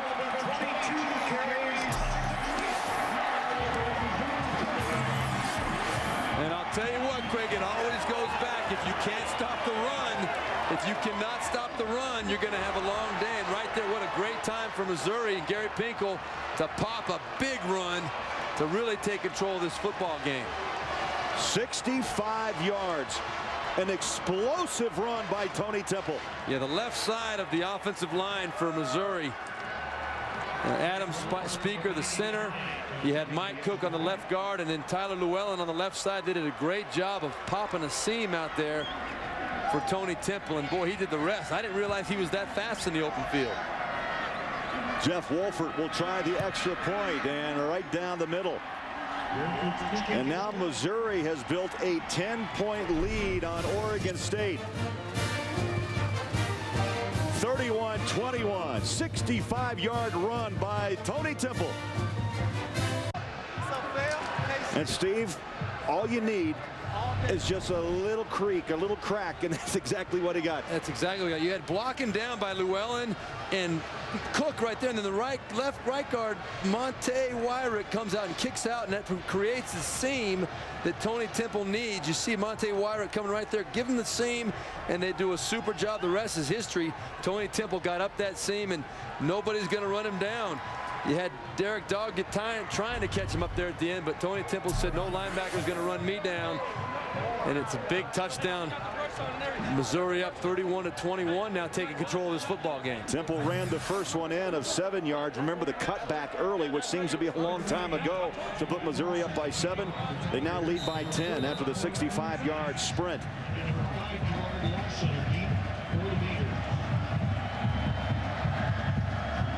You got to be impressed with the way the Missouri defense has come out and played the second half. Aside from the first drive, Oregon State has been kind of frustrated the last 2 drives. Crossett's kick goes through the end zone. Crossett's kick goes out of the back of the end zone, so a touchback. And their drive will start at the 20-yard line. Key plays in this game today, some miscues. As you see, Moore running out, and then there is the onside kick that was not to start the third quarter. And all 3 of those plays right there, you see the ball that was picked off but re-recovered by the Oregon State team.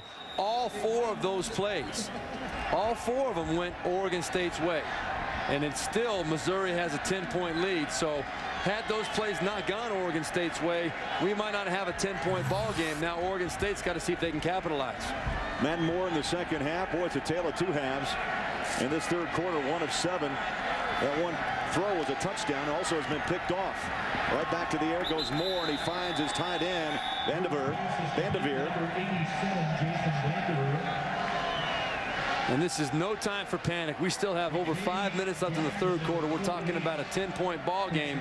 But the risk you run against Missouri with that offense, they can hit you so quickly that if you get behind on them and you don't cash in on your next opportunities, they can make it a 14, 17-point ball game before you can blink an eye.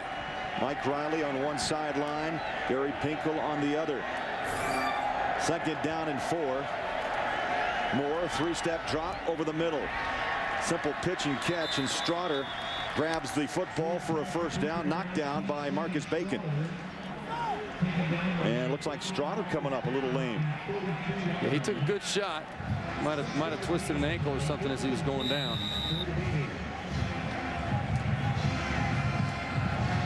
Chris Johnson will come in as you see Strotter making his way to the Oregon State sideline. Clock running up on 5 minutes left in the third. 1st and 10. Moore under center. Bernard the tailback.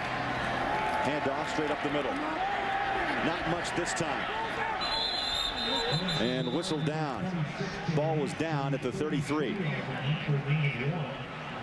You know, Craig, we've mentioned how the Missouri defense has struggled against the run lately, but I am really impressed with the interior part of that defensive line. They have shut down this Oregon State running game, with the exception of a few big plays. Oregon State, since that first quarter, maybe the end of the first quarter, middle of the second quarter, have not been able to run the ball consistently, and that has kept Matt Moore and this Oregon State offense in check. Linebackers have filled the gaps nicely as well with Christopher and Bacon. Oh, there's a mix-up in the backfield. Breaking out is Bernard. Nowhere to go. Watch out.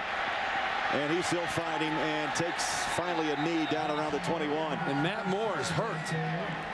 He took I don't know whether he took a shot to the chest from Evanson Bernard or if he got the air knocked out of him. You see there was a miscommunication. They run right into each other. And Matt Moore comes walking away from that, not feeling very good about things. He's holding his chest, it looks like, his sternum area.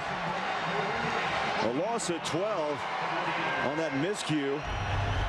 And Evanson Bernard, he's a very smart, very talented football player. He made a bad decision right there, though, trying to make something out of nothing. He would have been hit for a 4- or 5-yard loss. Instead, by trying to make a play, it becomes a 12-yard loss. 3rd down, 21. Right up the middle. Bernard tries to get some of it back, sheds a blocker, and finds his way out to around the 37-yard line. A pickup of 16. Overstreet the second, along with Massey, the 2 safeties, in on the tackle. That brings up 4th down, and the punting unit will stroll in for Oregon State. And you see Matt Moore walking off, holding his sternum, his chest area. Be anxious to see what happens with that. Now, this is a pivotal point in the ball game for Oregon State. Missouri can take control big time with a conversion to score on this drive. Oregon State's defense got to stand up. Oh, look at the special teams play. Oregon State stands up on the special teams, and Missouri will start deep in their own territory.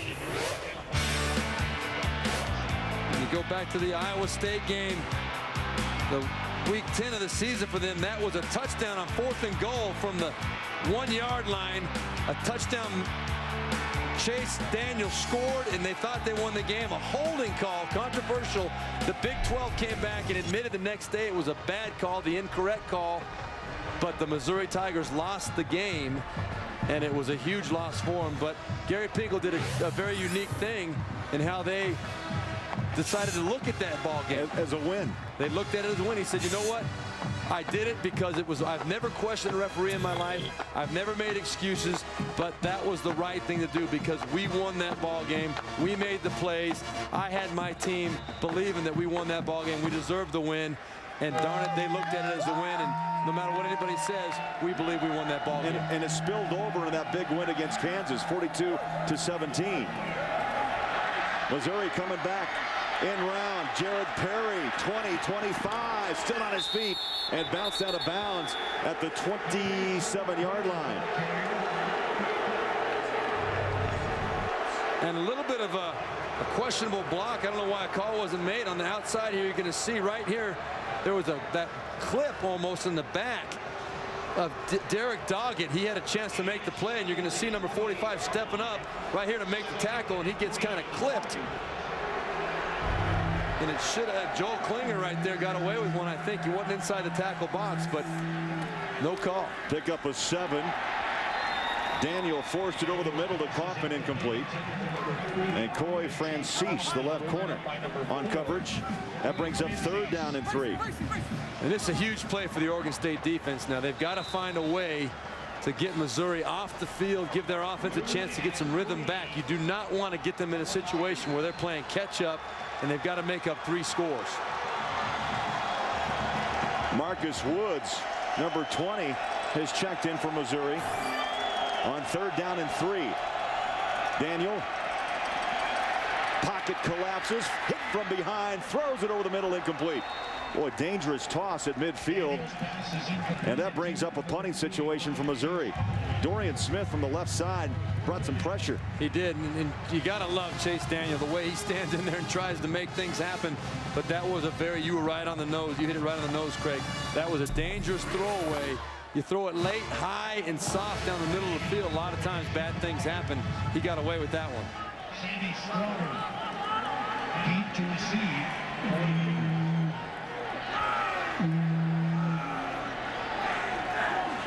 Oregon State should have 5 field position. Punt is away. Straughter over the shoulder catch at the 28, breaks a tackle 30. Slides to the 35 and pushes his way to the 40-yard line, and a flag is down.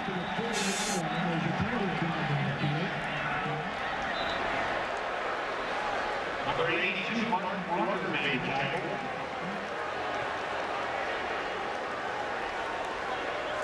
There's a late flag coming in.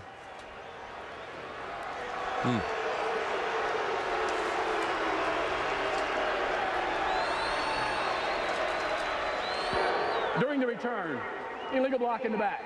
Number 34 on the receiving team. Penalty 10 yards. First down, Oregon State. So wipe out that fine return. Let's dial the calendar back to 62. Terry Baker was one of the best players in Oregon State football history, winning the Heisman in 62. In the Liberty Bowl that season, his 99-yard touchdown run gave the Beavers a 6-0 shutout of Villanova. Off to the races, 99 yards, 1962. Oregon State down 10, goes back to work. You know, the other thing that Oregon State is being forced to do right now, which goes against everything they stand for, you saw right there Brandon Powers with the catch and a first down pickup. Matt Moore is being forced to take the short underneath throws, which goes against everything Mike Riley and Danny Langsdorf, the offensive coordinator for Oregon State, try to do. They try and set up through their running game, through their play action plays up the field.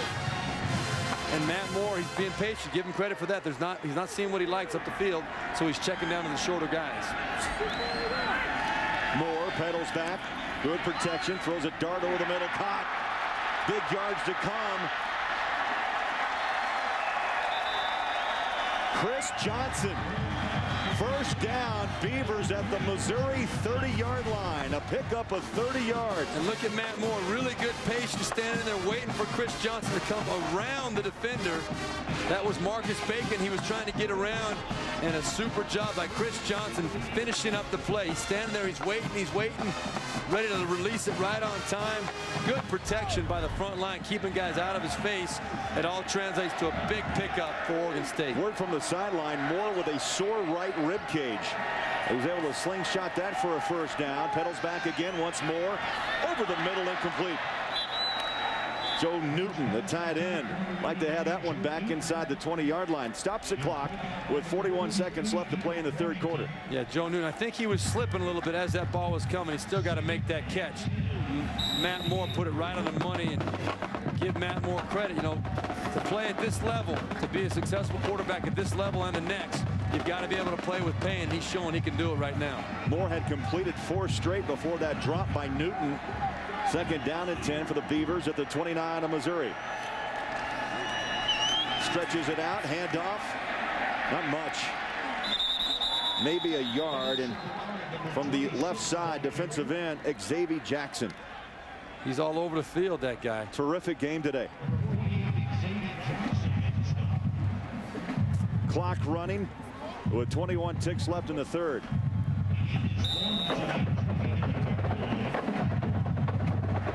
Oregon State will not have to run another play before the third quarter runs out.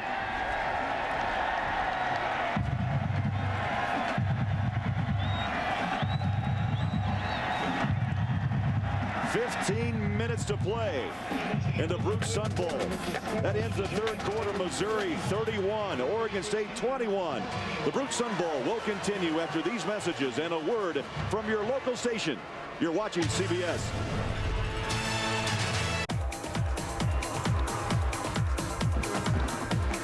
Three quarters in the book here at the Brute Sun Bowl in El Paso. 31-21, Missouri over Oregon State. It's third down and 10 for the Beavers.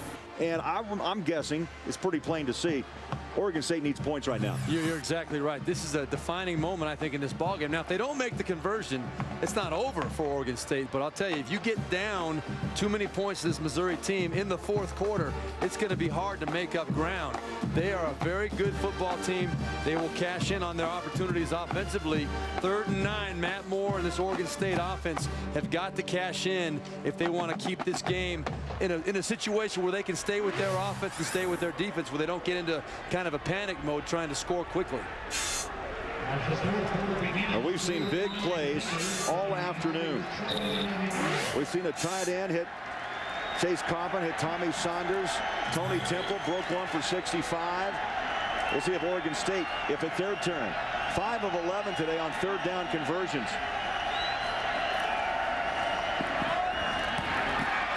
How about that? Strotter, the money man. You know, inside the 20, Steve, down to the 16-yard line. I love seeing good, sound, solid offensive football. Missouri did the right thing. 3rd and 9 had it backed up. They came with a blitz. A good play call by Danny Langsdorff and Mike Riley calling a good, solid maximum protection, giving Matt Moore the opportunity to stand in there strong, find his one-on-one receiver, his go-to guy, Sammy Strotter, who does his job and wins and makes the catch for the first down. 7 receptions for Strotter, 81 yards and a touchdown. 1st and 10, and the Beavers still breathing. There's a cutback and not much for Bernard. You've talked about that Missouri tackle to tackle today, and the nose tackle, the defensive tackle, Ziggy Hood, Lorenzo Williams, DeMarcus Scott. You know, earlier Bernard was kind of roaming free and finding his cutback spots, but they filled the gaps well. Yeah, you can just tell as soon as he gets the ball, and he's not an indecisive runner. He's a one cut and go type of guy, but he's seeing nothing but black shirts. He's not having a chance to make a good quick decision and get the ball up in there. Give credit to Missouri on defense. They're playing very good run defense right now. 2nd down at 10. Under center goes Moore. Steps up in the pocket. Now throws into the end zone. Incomplete. Brandon Massey, the free safety, back in the end zone to break that one up. As you look at the rush yards on the season for Oregon State, Steve, 119 and change. Today only 87. The passing game is nearing what the season average would be, but the turnovers maybe starting to catch up a little bit. Already they've given it back twice. Yeah, you know, and the running game is kind of the key right now. We talked about in the open how they want to be a balanced team. They are a very balanced team. If they're not able to run the ball and set up their shots up the field in the passing game, they're just not as effective. And once again, Oregon State faced with a big 3rd down and 10. Moore pedals back, throws over the middle, caught and hit at the 13-yard line. Well, Reuben Jackson paid the price, and that is what you call picking up, what, 5 the hard way. Yeah, that's picking it up the hard way is right. Got a rib shot right there, but this is not a failed drive for Oregon State. They're a touchdown and a field goal back. They're only 10 points back. They're just getting the field goal first. So they're going to kick the field goal here. Alexis Serna, one of the most dependable kickers in the country the last few years. If they can get 3 on the board here and their defense can step up, Oregon State's in good shape. This will be a 29-yard attempt. Low snap. The kick is away. And from 29, Serna cuts that Missouri lead down to 7 with 13 minutes and 6 seconds to play here in El Paso. Timeout. Missouri 31, Oregon State 24. We'll be back. Go to the 3rd. Newton, the touchdown from Moore, 11 yards, 21-17 Beavers. And then the trickery. The tight end, Chase Kaufman, throws it up to Tommy Saunders. 29 yards, and it's 24-21. And then Tony Temple explodes for 65 yards. Missouri 31-21, and then just a moment ago, Serna goes 29 yards off his right foot, and it's a 7-point ball game with 13:06 to play. How about that for an exciting Brute Sun Bowl? We knew we were going to see some fireworks. We knew both of these teams can score some points, and we've got ourselves exactly what we were looking for. A good ball game in the 4th quarter. It's going to be, from this point on, it's going to be which team is most disciplined and takes advantage of the opportunity to take control of this ball game. Marcus Woods set to receive the kick. Another big boot.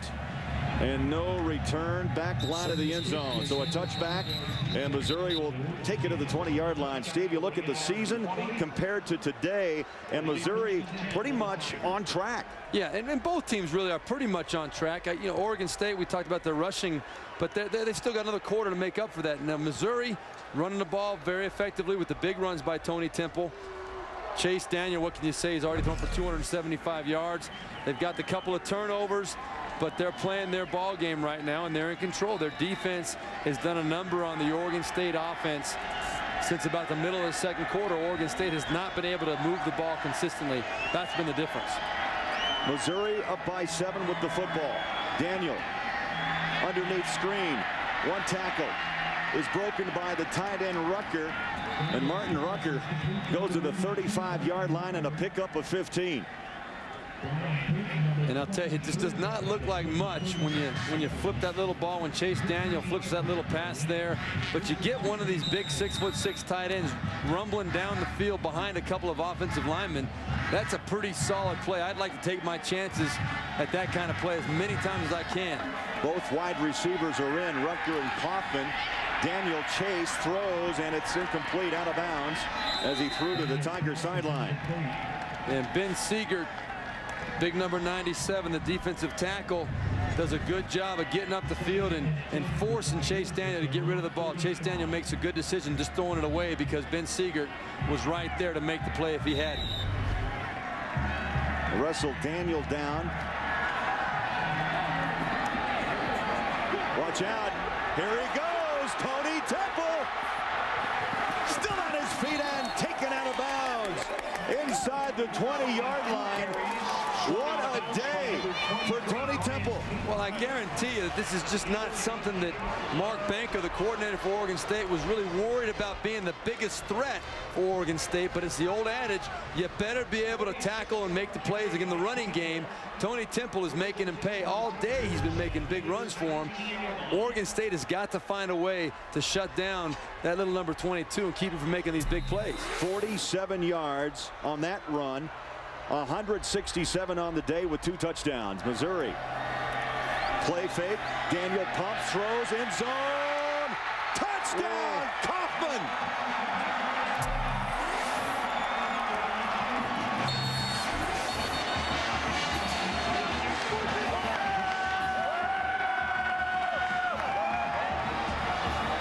I see a flag at the 6-yard line. We really don't. It's away from the ball. We don't know exactly what that was, but what a great play. Illegal participation on the defense. That penalty declined. Touchdown. A tremendous throw and big-time catch by Chase Kaufman, the super tight end, 6'6" out there, goes up and makes the throw, makes the catch. It was pretty darn good coverage on the outside. But you know what, Steve? It's 6'6" in Chase Kaufman against 5'11" Brandon Hughes. That's exactly right. It's a mismatch, and they make them pay. These guys can make you pay. Great throw by Chase Daniel, and then Chase Kaufman using his size for the big touchdown. Extra point is good. The 9th touchdown grab of the season for the sophomore from Peculiar, Missouri, Chase Kaufman. So Daniel, shotgun, pumps, fires, and Kaufman out jumps Brandon Hughes for the touchdown. And Daniel, one excited Tiger. 38-24, Missouri. He's a big part of their offense, but he's not the focal point today with these big plays. A 65-yard touchdown and this 42-yard pickup right here. Well over 160 yards on the day. He has been the difference for this ball club. Well, we knew he was fast, but he has put on a show, a burst of speed. And Temple has racked up 167 yards.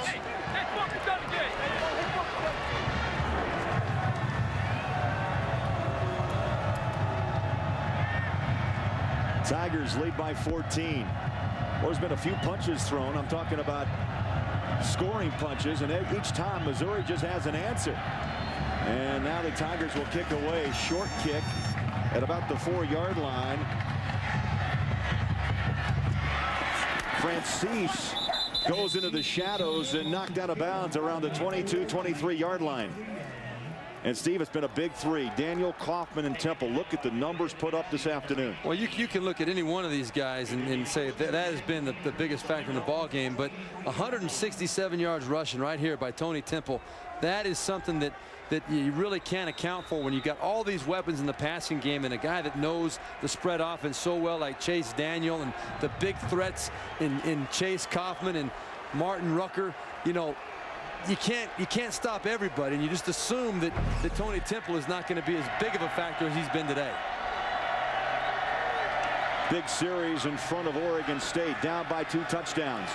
Matt Moore sets his feet, goes up top, 1-7 quickly, and incomplete off the hands of Sammy Strotter. When Matt Moore showed you right there what kind of arm he has. Yeah, he put that ball out there. A lot of people, I think, they underrate the strength of his arm.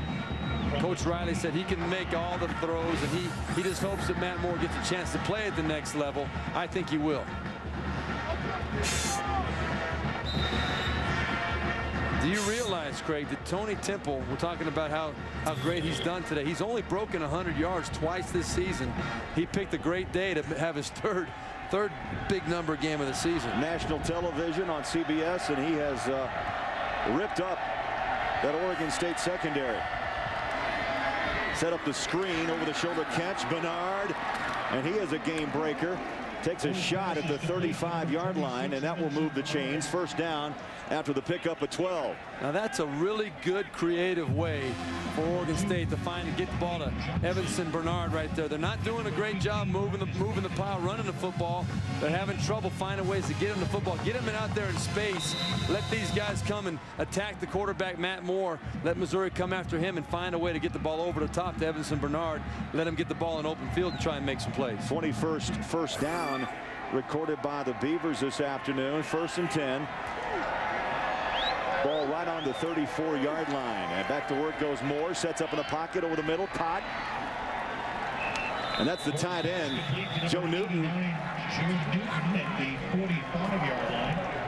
So the chains continue to move. And a lot of time remaining. 10:54 to go. Newton today with 4 grabs, 43 yards. And Cornelius Brown, the safety that made the tackle on that play, it showed you how big Joe Newton is. I mean, he looked about half his size. Looked like he couldn't even get his arms wrapped around him to bring him down. Newton goes 6'7", 256 out of Roseburg, Oregon. Moore sets up, throws, near side, nearly picked in the shadows. And Terrell has been everywhere. He's done a terrific job defensively on the corner today for Missouri. Defense wins games, baby. That was a great break on the ball by Terrell. And Matt Moore, I think, might have been a little late on that pass for some reason. I don't know whether the route was cut short or whether he was a little bit late getting the ball out of there. But there was a blitz coming by Missouri. He had one-on-one coverage, and the receiver was ready for the ball before he got there. So somehow these guys were not quite on the same page. Terrell played a year of junior college ball in Coffeyville down in Kansas. Well, he's found a home in that corner spot for Missouri. Quick throw near sideline, out of bounds. That stops the clock. Vanderveer, the tight end. So Newton and Vanderveer playing a big role, as are the other 2 tight ends from Missouri this afternoon. Yeah, it's nice to have that option as an offense. You've got to have, I believe, in order to be a really balanced offense, in order to be successful at any level, you've got to have a presence in the middle of the field. And usually it's going to be a tight end unless you go 4 or 5 wides all the time. But the tight end is such a weapon in the middle of the field in the short ball control passing game. There's some really good ones out there today. 3rd down and 4. Oregon State at the Missouri 49-yard line. Oh, off the hands, incomplete. Brandon Powers, the intended receiver, and now Mike Riley has the decision on 4th and 4. Well, I don't think he's got much of a decision when you look at the situation. It's a middle of the field, 4th and 4. You're down about 10 minutes. You don't know how many possessions you're going to get. I think it's a good call to try and go for it right now. It's not a 4th and 10. 4th and 10, 8 to 10, I'd say go ahead and punt it. But here, Mike Riley's doing the right thing, going for it. 3 wide receivers. Moore under center, 5-step drop, good protection, dumps it over the middle and over the back to bat it down was William Moore, the strong safety. So they go to Powers twice, unable to get the first down, and Oregon State turns it over on downs. I'm not overly impressed with that particular play call. It's the first time today I could sit here and say, you know, I don't understand why they went with a certain play call. You had one-on-one coverage on the outside with Sammy Strada, your big play guy.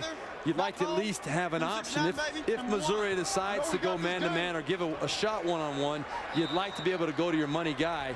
Right there, Sammy Strada was just clearing out up the field. Never had a chance to go to him. Missouri will get the football at their own 49-yard line. And, Steve, I'm guessing here that Gary Pinkel would be satisfied to choose some time off this clock. They're going to go to the ground to start, and picking his way, Tony Temple. Wow. Continues to stack on the yards, bumped out at the 34-yard line. And let's go down and check in with Sam Ryan. Sam? And Craig, what a game it is for Tony Temple. Now keep in mind, he didn't score his first touchdown of the season until the 5th game in, and actually lost his starting job because of fumble problems. Worked hard, he regained it after missing only 1 start so far. 2 touchdowns on the game today, guys.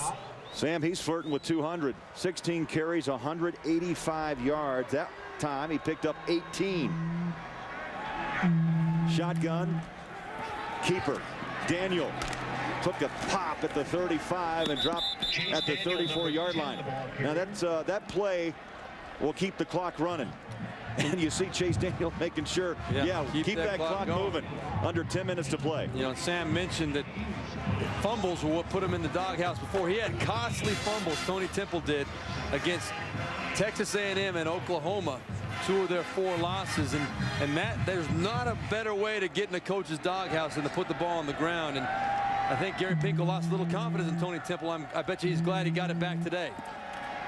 Daniel brought it back down, now throws it away. That stops the clock with 9:18 to play. They're going to say 9:17. And Tony Temple, as I said, flirting with 200. He's also flirting with a new Sun Bowl rushing record. You going to fill us in on what that record is there? Somewhere close to 200? 197. 197. He needs 12 to set the record.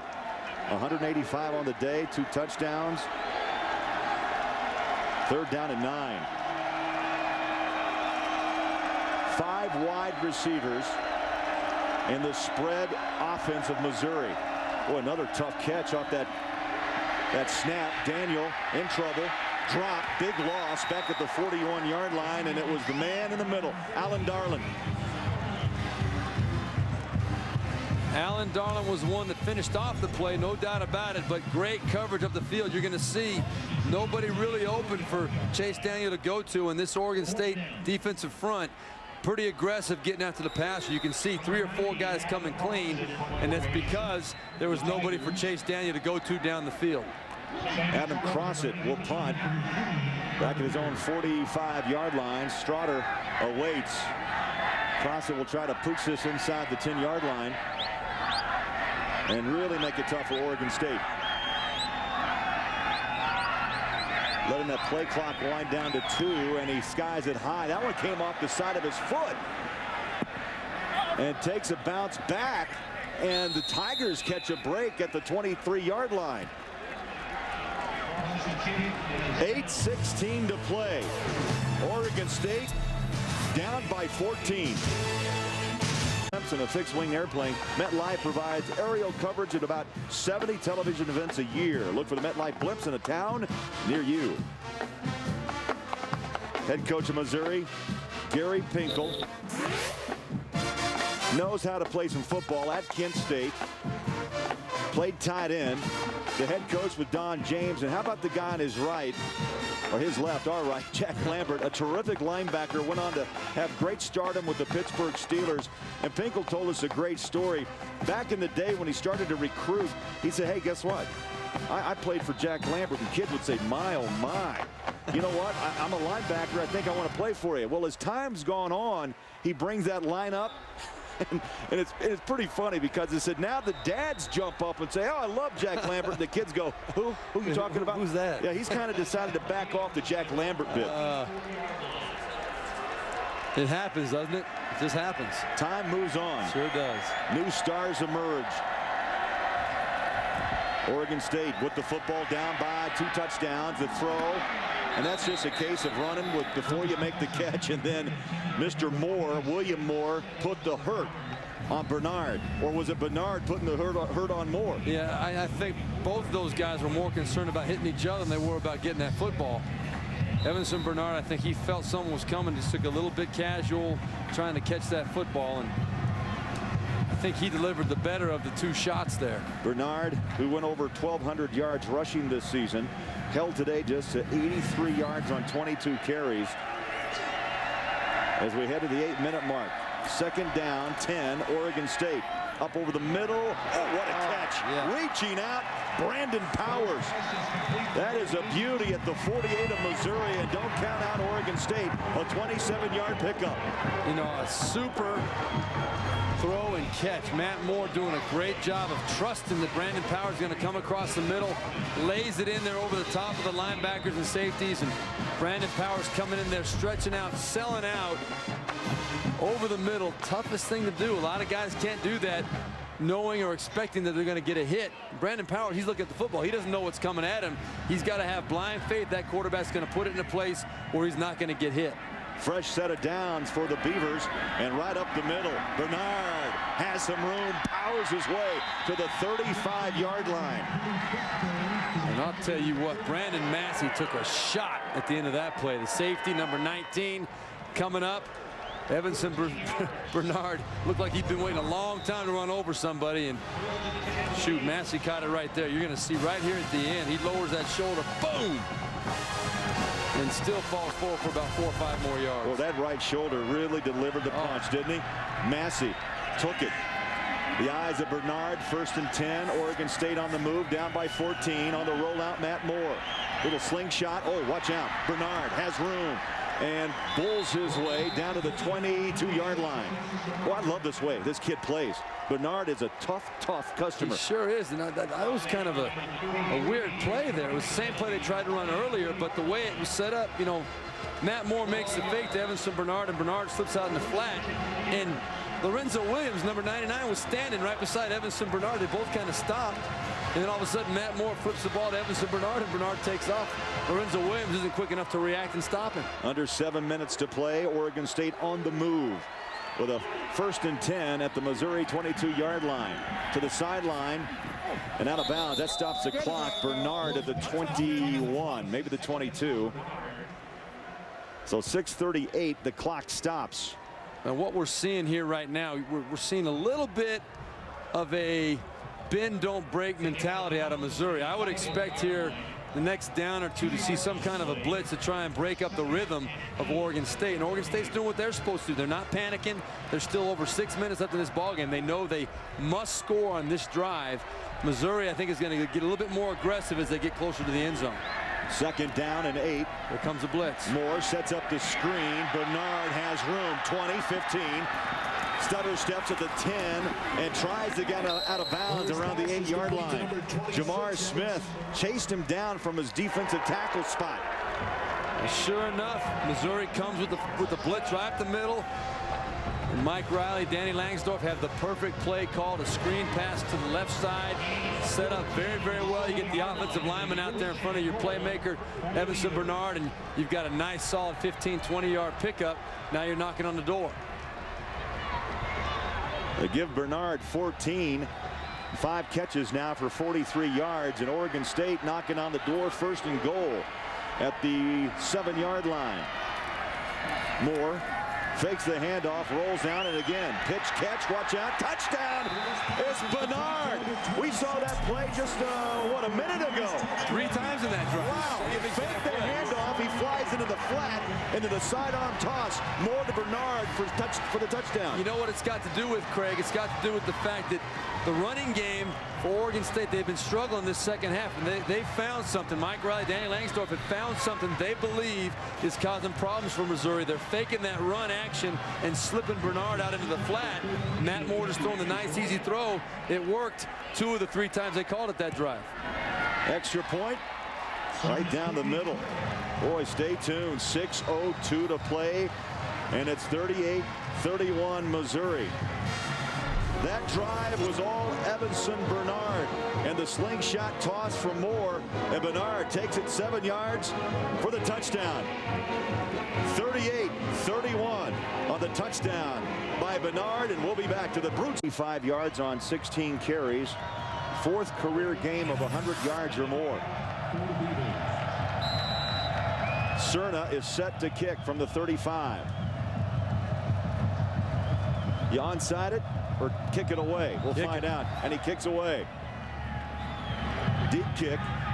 And 3 yards deep. Marcus Woods takes the knee. No return. Tigers will start at their own 20-yard line and holding on to a 7-point lead here at the Sun Bowl in El Paso, Texas.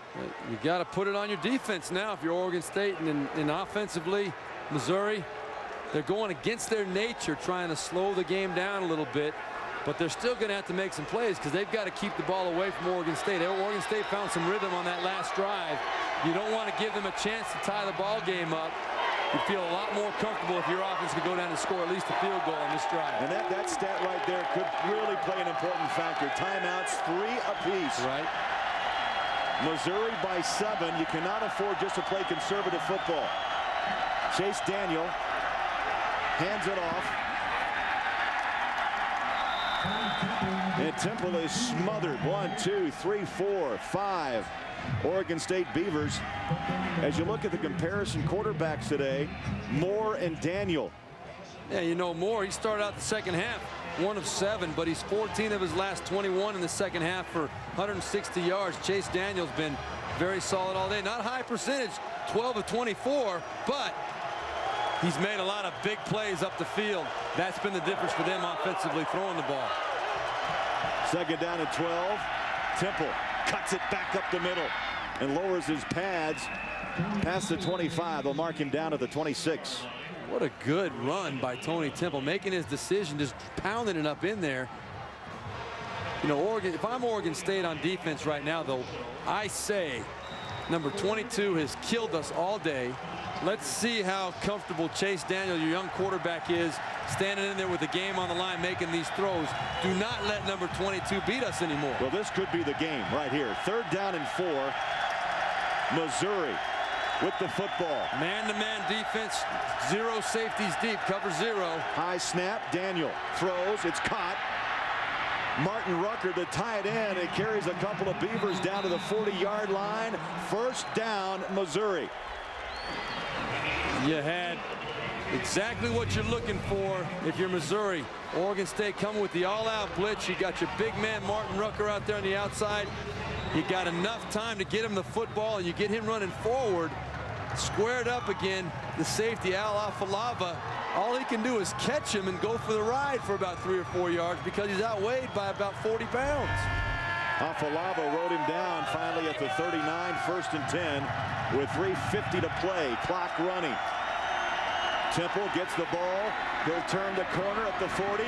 Stepped up and still on his feet, driving for extra yards to the 45-yard line. Well, that's a great 6 or 7 yard run. That was a 2-yard run, and he made it 6. Exactly right. I mean, Oregon State was actually in good position to make the stop on that play, but Tony Temple willed himself for a 7-yard gain on that play. Can't say enough about that kid. That's got to put him up there right at about 200 yards. They're doing the math in the truck, and it's 2:01. Yep. A new Sun Bowl record.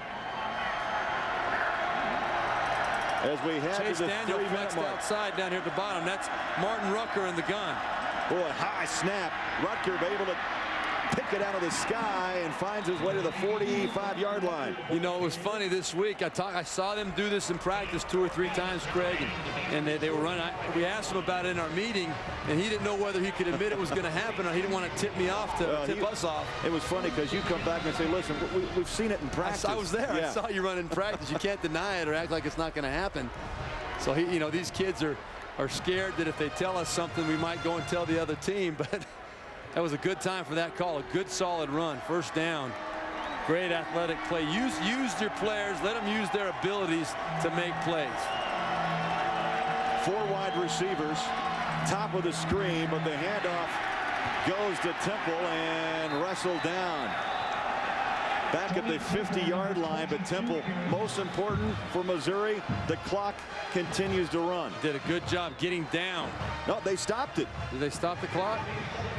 Timeout. It had to be maybe a timeout by Oregon State burns their first timeout. They have 2 remaining. We'll take a break. 2:22 left in the Brute Sun Bowl. A new reality series that premieres Wednesday, January 10th on CBS. Timeouts remaining. Missouri has all 3. Oregon State burned their first, so they have 2 left with 2:22 to play. You know, Tony Temple with that 7-yard loss right there throws him back to 194. And that we're told that is the shortest time a record has ever been held, about 2 minutes. 2nd down and 14. Daniel stands in the pocket. Pressure. Ball is tipped. Boy, late flags now down. That ball was tipped at the line of scrimmage, and I tell you, Daniel took a wallop. Oh, he was crushed. Might have been Curtis Coker coming off the edge, but right, that just drilled him. Good pressure from Oregon State. On the play, the pass was tipped. Therefore, there is no flag for pass interference. The result of the play is an incomplete pass. Third down. You're going to see pressure coming, and off the top of your screen, coming in clean, untouched. Boom. That is a powerful Victor Butler, number 90, delivering the blow. I'll tell you what, you just cannot let a defensive end come running on the field untouched. Nobody accounted for him. I don't care if you're telling the quarterback they're rushing too many people. The first guys that should be picked up are the 4 defensive linemen. You keep those guys off. You don't let your quarterback get hit by an untouched defensive lineman. Now that incompletion stopped the clock with 2:17 to play. Third down and 14. Spinning. Rutger stacked up. Flags are down at the 50-yard line. Daniel's pass complete to number 82, Martin Rucker. Now the officials will have to sort this one out. And we'll listen in to Penn Wagers. Holding. Missouri. I'll tell you what, Joey LaRock on that play right there, the linebacker for Oregon State, he read that screen coming. That screen has been killing Oregon State all day, no matter how they've run it, no matter who's been running it. Joey 71 on the offense. That penalty declined. Fourth down. The right guard, Monte Wyrick, called for the hold. You're going to see Joey LaRock coming in from the side of your screen. He sells out and beats the block of Wyrick, and just hits Martin Rucker and hangs on for dear life, knowing that his troops are coming behind him to finish off the play. That is a super play by Joey LaRock, selling out for his team, knowing that he's got to make the play against the play that's been killing his team all day. Strotter back to receive the kick from Crossett. And the play clock down to 13, down to 12. Game clock under 2 minutes. Oregon State will get the football back, Steve, down by 7, but they still will have two timeouts remaining. I'm kind of baffled as to why they wouldn't have taken a timeout there to try and save more time. But you can make an argument either way, I guess. Missouri. Missouri uses a timeout. 1:41 to play. And so they huddle up alongside Gary Pinkel. You know, you let 30 seconds run off the clock, or 25, whatever it was. You could run 2 or 3 plays in 25 seconds in a 2-minute offense. You know, you get a pass, first down, get up on the ball, run it again, or, you know, whatever. You got a lot of ways you can stop the clock. I don't know why you let that much time run off. Mike Riley, I know he has a reason for it. I'm sure he does. And you can make a case for it either way. If it were me, though, I'd rather have more time with one less timeout. So a punt coming. Missouri is going to boot it away to Sammy Strotter. Now let me tell you something. He's already returned 3 punts for touchdowns this season. A 51-yard run against Eastern Washington. 64 yards against Boise State. And then in that upset over USC, ran one back 70 yards against the Trojans. Can he break it? You bet he can. Yeah, he can. And I would be surprised if they punted this ball to him down the middle of the field. I think you're going to see a ball punted toward the sideline. They don't want to give him a chance to catch us in the middle of the field and go. Crossett, low snap, boots it away at the 40. Angles to the corner. Strotter takes it, has room at the 10, heading to the near sideline. Has speed, has a wall of blockers at the 15-20. Turns upfield at the 30, 35-40, out of bounds at the 45-yard line. I'll tell you what, you could see it coming. You're playing with fire. And big players, big-time players step up at big times and make the big plays. And Sammy Strotter, we saw him limping off the field earlier. I don't think he's 100% right now, but he caught a ball that 99 times out of 100, his coaches don't want him to catch the ball, but they told him, you get to the football, you make the catch, I don't care where it is, we need you to make a play. And what a great job using his speed, getting to that wall. Look, he's hurting. That leg has been bugging him all day. what a gutsy play on his part to step up and make the play that his team needed to give him a chance to win this ball game, or at least tie the ball game. That has set up an exciting finish. 1:23 to go. Oregon State, Missouri, both with 2 timeouts. Matt Moore goes back to work, 1st and 10 at their own 45-yard line. Moore, 5-step drop, throws. It's caught by Bernard, breaks a tackle, and then is taken down at the 42. I think that's a great call. You got time. You got a timeout left. I'd like to see maybe a screen pass or something coming now to Evanson Bernard, because you know Missouri's going to be playing soft.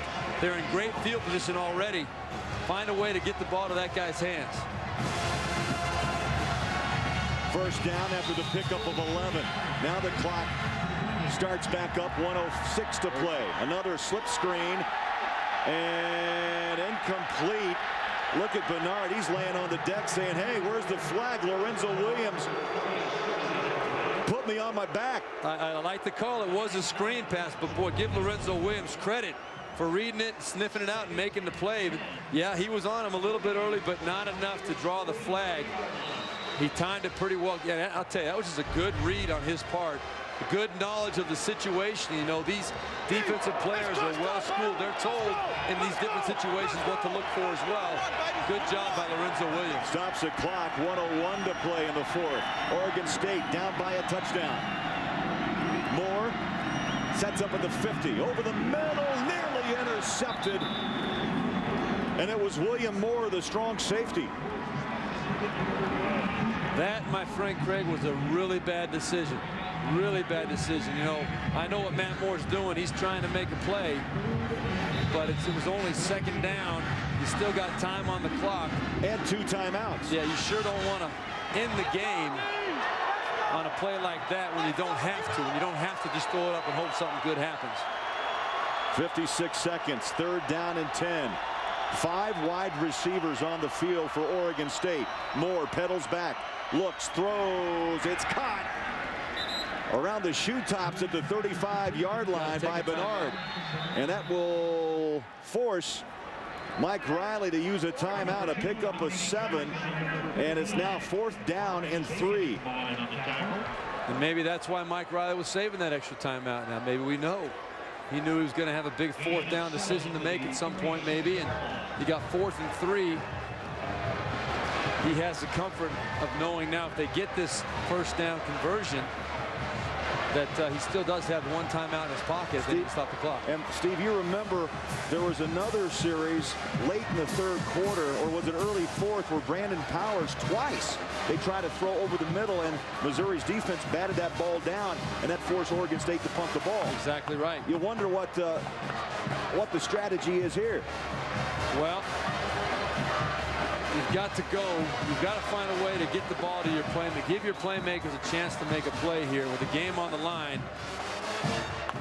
It's debatable whether or not Sammy Strotter is able to play right now. I think if you can get him out on the field, you got to find a way to get him out there just to scare the Missouri defense, to make them aware that he's out there, make them call their coverage toward him. But you find a way to get the ball to your big tight end, Joe Newton, or possibly a way to scoot Evanson Bernard out there and get the ball to him as well. Joe Newton, number 89, and there's Strotter. There's Strotter, he's out there. So you know, I think that's a great observation, Steve, because you have to respect this guy, and you know defenses are going to be spying him. Exactly. Here we go, 4th down and 3. Moore, quick drop over the middle, caught. Strotter makes the grab, and the drive continues. They'll reset the chains. The clock stops with 39 ticks, and still Oregon State with a timeout, down by 7. And Matt Moore trying to get the play call before they start that clock up again. They don't want to use that timeout. Strotter was the man. Here we go. Clock winds to 37. Moore over the middle. Caught. And in college, you have the luxury. In the NFL, you'd have to make the timeout call right there. But here, they've got time to get a play called and run another play before the clock starts up. 15-yard pickup, 1st and 10 at the 14-yard line. 30 ticks left, and still Oregon State, if needed, a timeout. At Moore, shotgun, high snap, over the middle. Touchdown! It's dropped, but Newton controlled it, and the point after to come to tie. Can you believe it? What a great throw by Matt Moore, and the catch by Joe Newton. We're going to get a chance to see exactly whether or not this ball was caught, but it looked like he had both those big paws on it. Mike Riley saying, boy, what a great big-time play by all of our players. This throw could not have been thrown better by Matt Moore. 6'7", Joe Newton going up for it. That is a touchdown. That is a touchdown all the way. He had 2 feet down, controlled the ball for long enough. I don't think they're going to review it, no doubt about it, but I think that that's going to come back as a touchdown. Newton's 7th touchdown of the season, his 2nd grab this afternoon. Can you believe that? 22 seconds to play as we bring it coming right into your living room. Yeah, we have the benefit here of seeing it again. He's got both hands. That ball is not being bobbled at all. The foot comes down. In college, all you have to do is have 1 foot down, and he ends up getting the 2nd foot down too. Has requested a review of the previous play. And that's smart by Gary Pinkel to request a review, because you don't know what's going to happen, and it's going to be reviewed anyway by upstairs. Every play in college is reviewed, but Gary Pinkel wants to make sure that it's reviewed extra close. Look at that ball. He threaded that ball. That's a great angle right there to see. He had to go up and over Marcus Bacon, and between the 2 safeties, he put that ball on the money. And what a great grab. I mean, those are some big mitts right there, wrapping around that football, bringing it in. I don't think you can overrule that for 1 second. Newton goes 6'7", 256, and home is Roseburg, Oregon. They are probably, well, they're having some fun up there right now in Roseburg. And they should be. And how many times during that drive, and you think about the great teams in college or professional, you got to put the game in your playmakers' hands, your money players. And we talked about Sammy Strotter. There are not many people on that team. There are not many people in the country that could make that tough catch with the game on the line on 4th down and 3 to go, knowing they're going to get hit inside. And then Matt Moore. The play stands is called. Touchdown. Touchdown. That's the right call. To Missouri. Matt Moore showing he's a big-time quarterback, able to stand in there and confidently deliver a great pass, and then Joe Newton going up making the catch. Tremendous job by all parties involved. Let me put you as a head coach. 2 or 1? You got to go for 1 here, I think. I mean, yeah, you got to go for 1. I mean, you really do. That's a tough decision. You get me thinking about it. I'm saying I'd like to have a chance to win it, but you know what?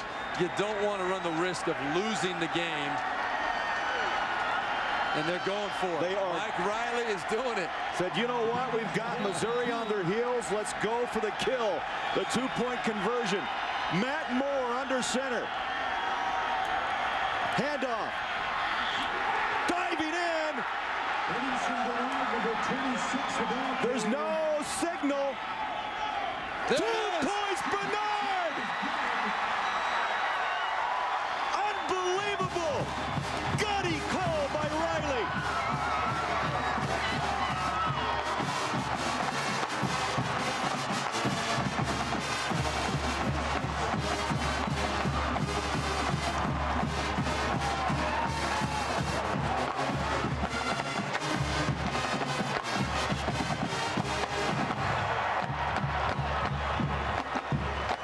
Steve, you have to see this game to believe the comeback.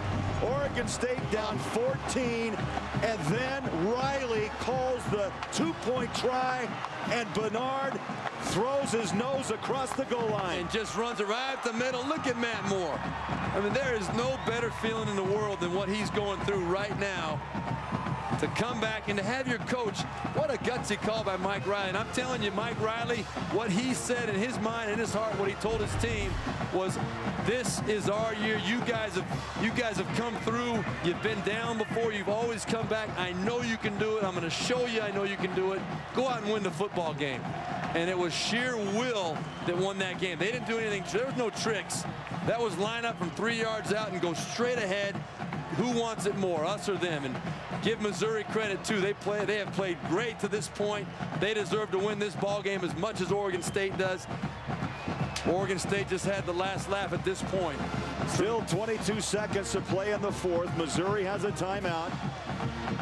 Bernard in this half, 69-yard reception for a touchdown and has rushed for 56 yards. And I'll tell you what, with 22 seconds left on the clock, I'm hesitant to say what I think might happen here. I mean, what in the world is going to come next? We've seen about everything. Well, the officials, to their credit, they wanted to unpile before they made the call. They took a look, and Bernard was given the 2 points. I mean, I got the hair standing up on the back of my neck right now. I wish I was down there able to experience what they're going through right now. And I cannot say enough about Bernard and that offensive line just willing their way into the end zone, lining up and basically showing they're going to run the football and having the ability to pound it in. There was no tricky formation. They're lined up in goal line formation. The 2-point try is successful. Call stands as in the field. Yeah, they're reviewing just to make sure, and there was a big pile up, but tremendous play.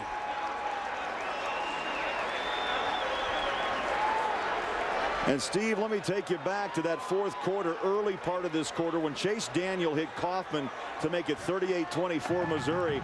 You didn't think, well, Oregon State could really rally. Then they got the 7-yard touchdown reception by Bernard, the great return by Straughter, and that set this thing up. Newton the touchdown, the big tight end, and then 2 points for Bernard. You know, there are so many players that are worthy of being singled out as the reason today for this game going however it goes, but just a fun game to watch.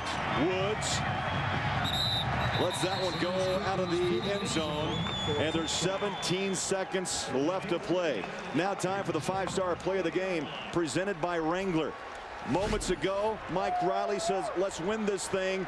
Bernard dances, pushes his head across the goal line, and that puts Oregon State on top, 39-38. Here we go, one timeout left, 17 seconds for Missouri. Do the Tigers have magic? The catch is made by Rucker. Tries to find his way out of bounds, and they're going to let the clock run. I don't know if Missouri can get back in time to run another play or not.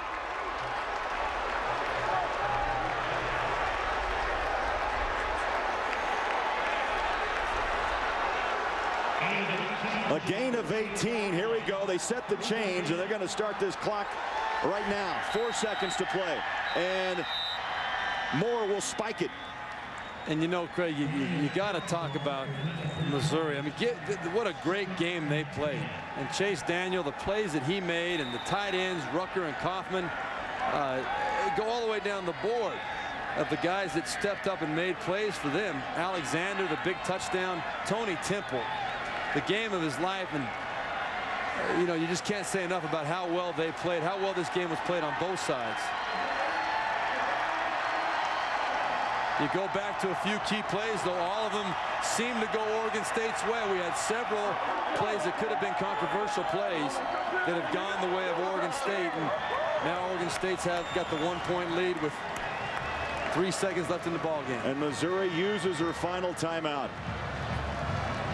77 points scored in this game here in El Paso. This, Steve Berline, this game will go down as one of the legendary Sun Bowls in El Paso. I don't think there's any doubt about that. You know, 10 minutes ago, 15 minutes ago, Missouri was in control of this ball game.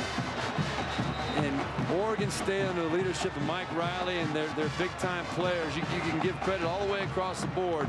They kept believing they could find their way back into this ball game, and sure enough, they did it. 12 minutes and 8 seconds to play in the fourth. Missouri was up 14, 38-24, and since that time, it's been all Oregon State. And as you mentioned, everybody had something to do with it. Second down 10, final play of the game. 3 seconds. Daniel throws center of the field. Here we go, little dipsy-do. Still alive.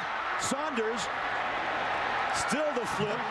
And there's flags everywhere. Oregon State on the field with a Sun Bowl win. Illegal forward pass against the offense. The penalty declined. Game over. Oregon State behind the comeback of Matt Moore. The 25th ranked Beavers of Oregon State 39 and Missouri 38.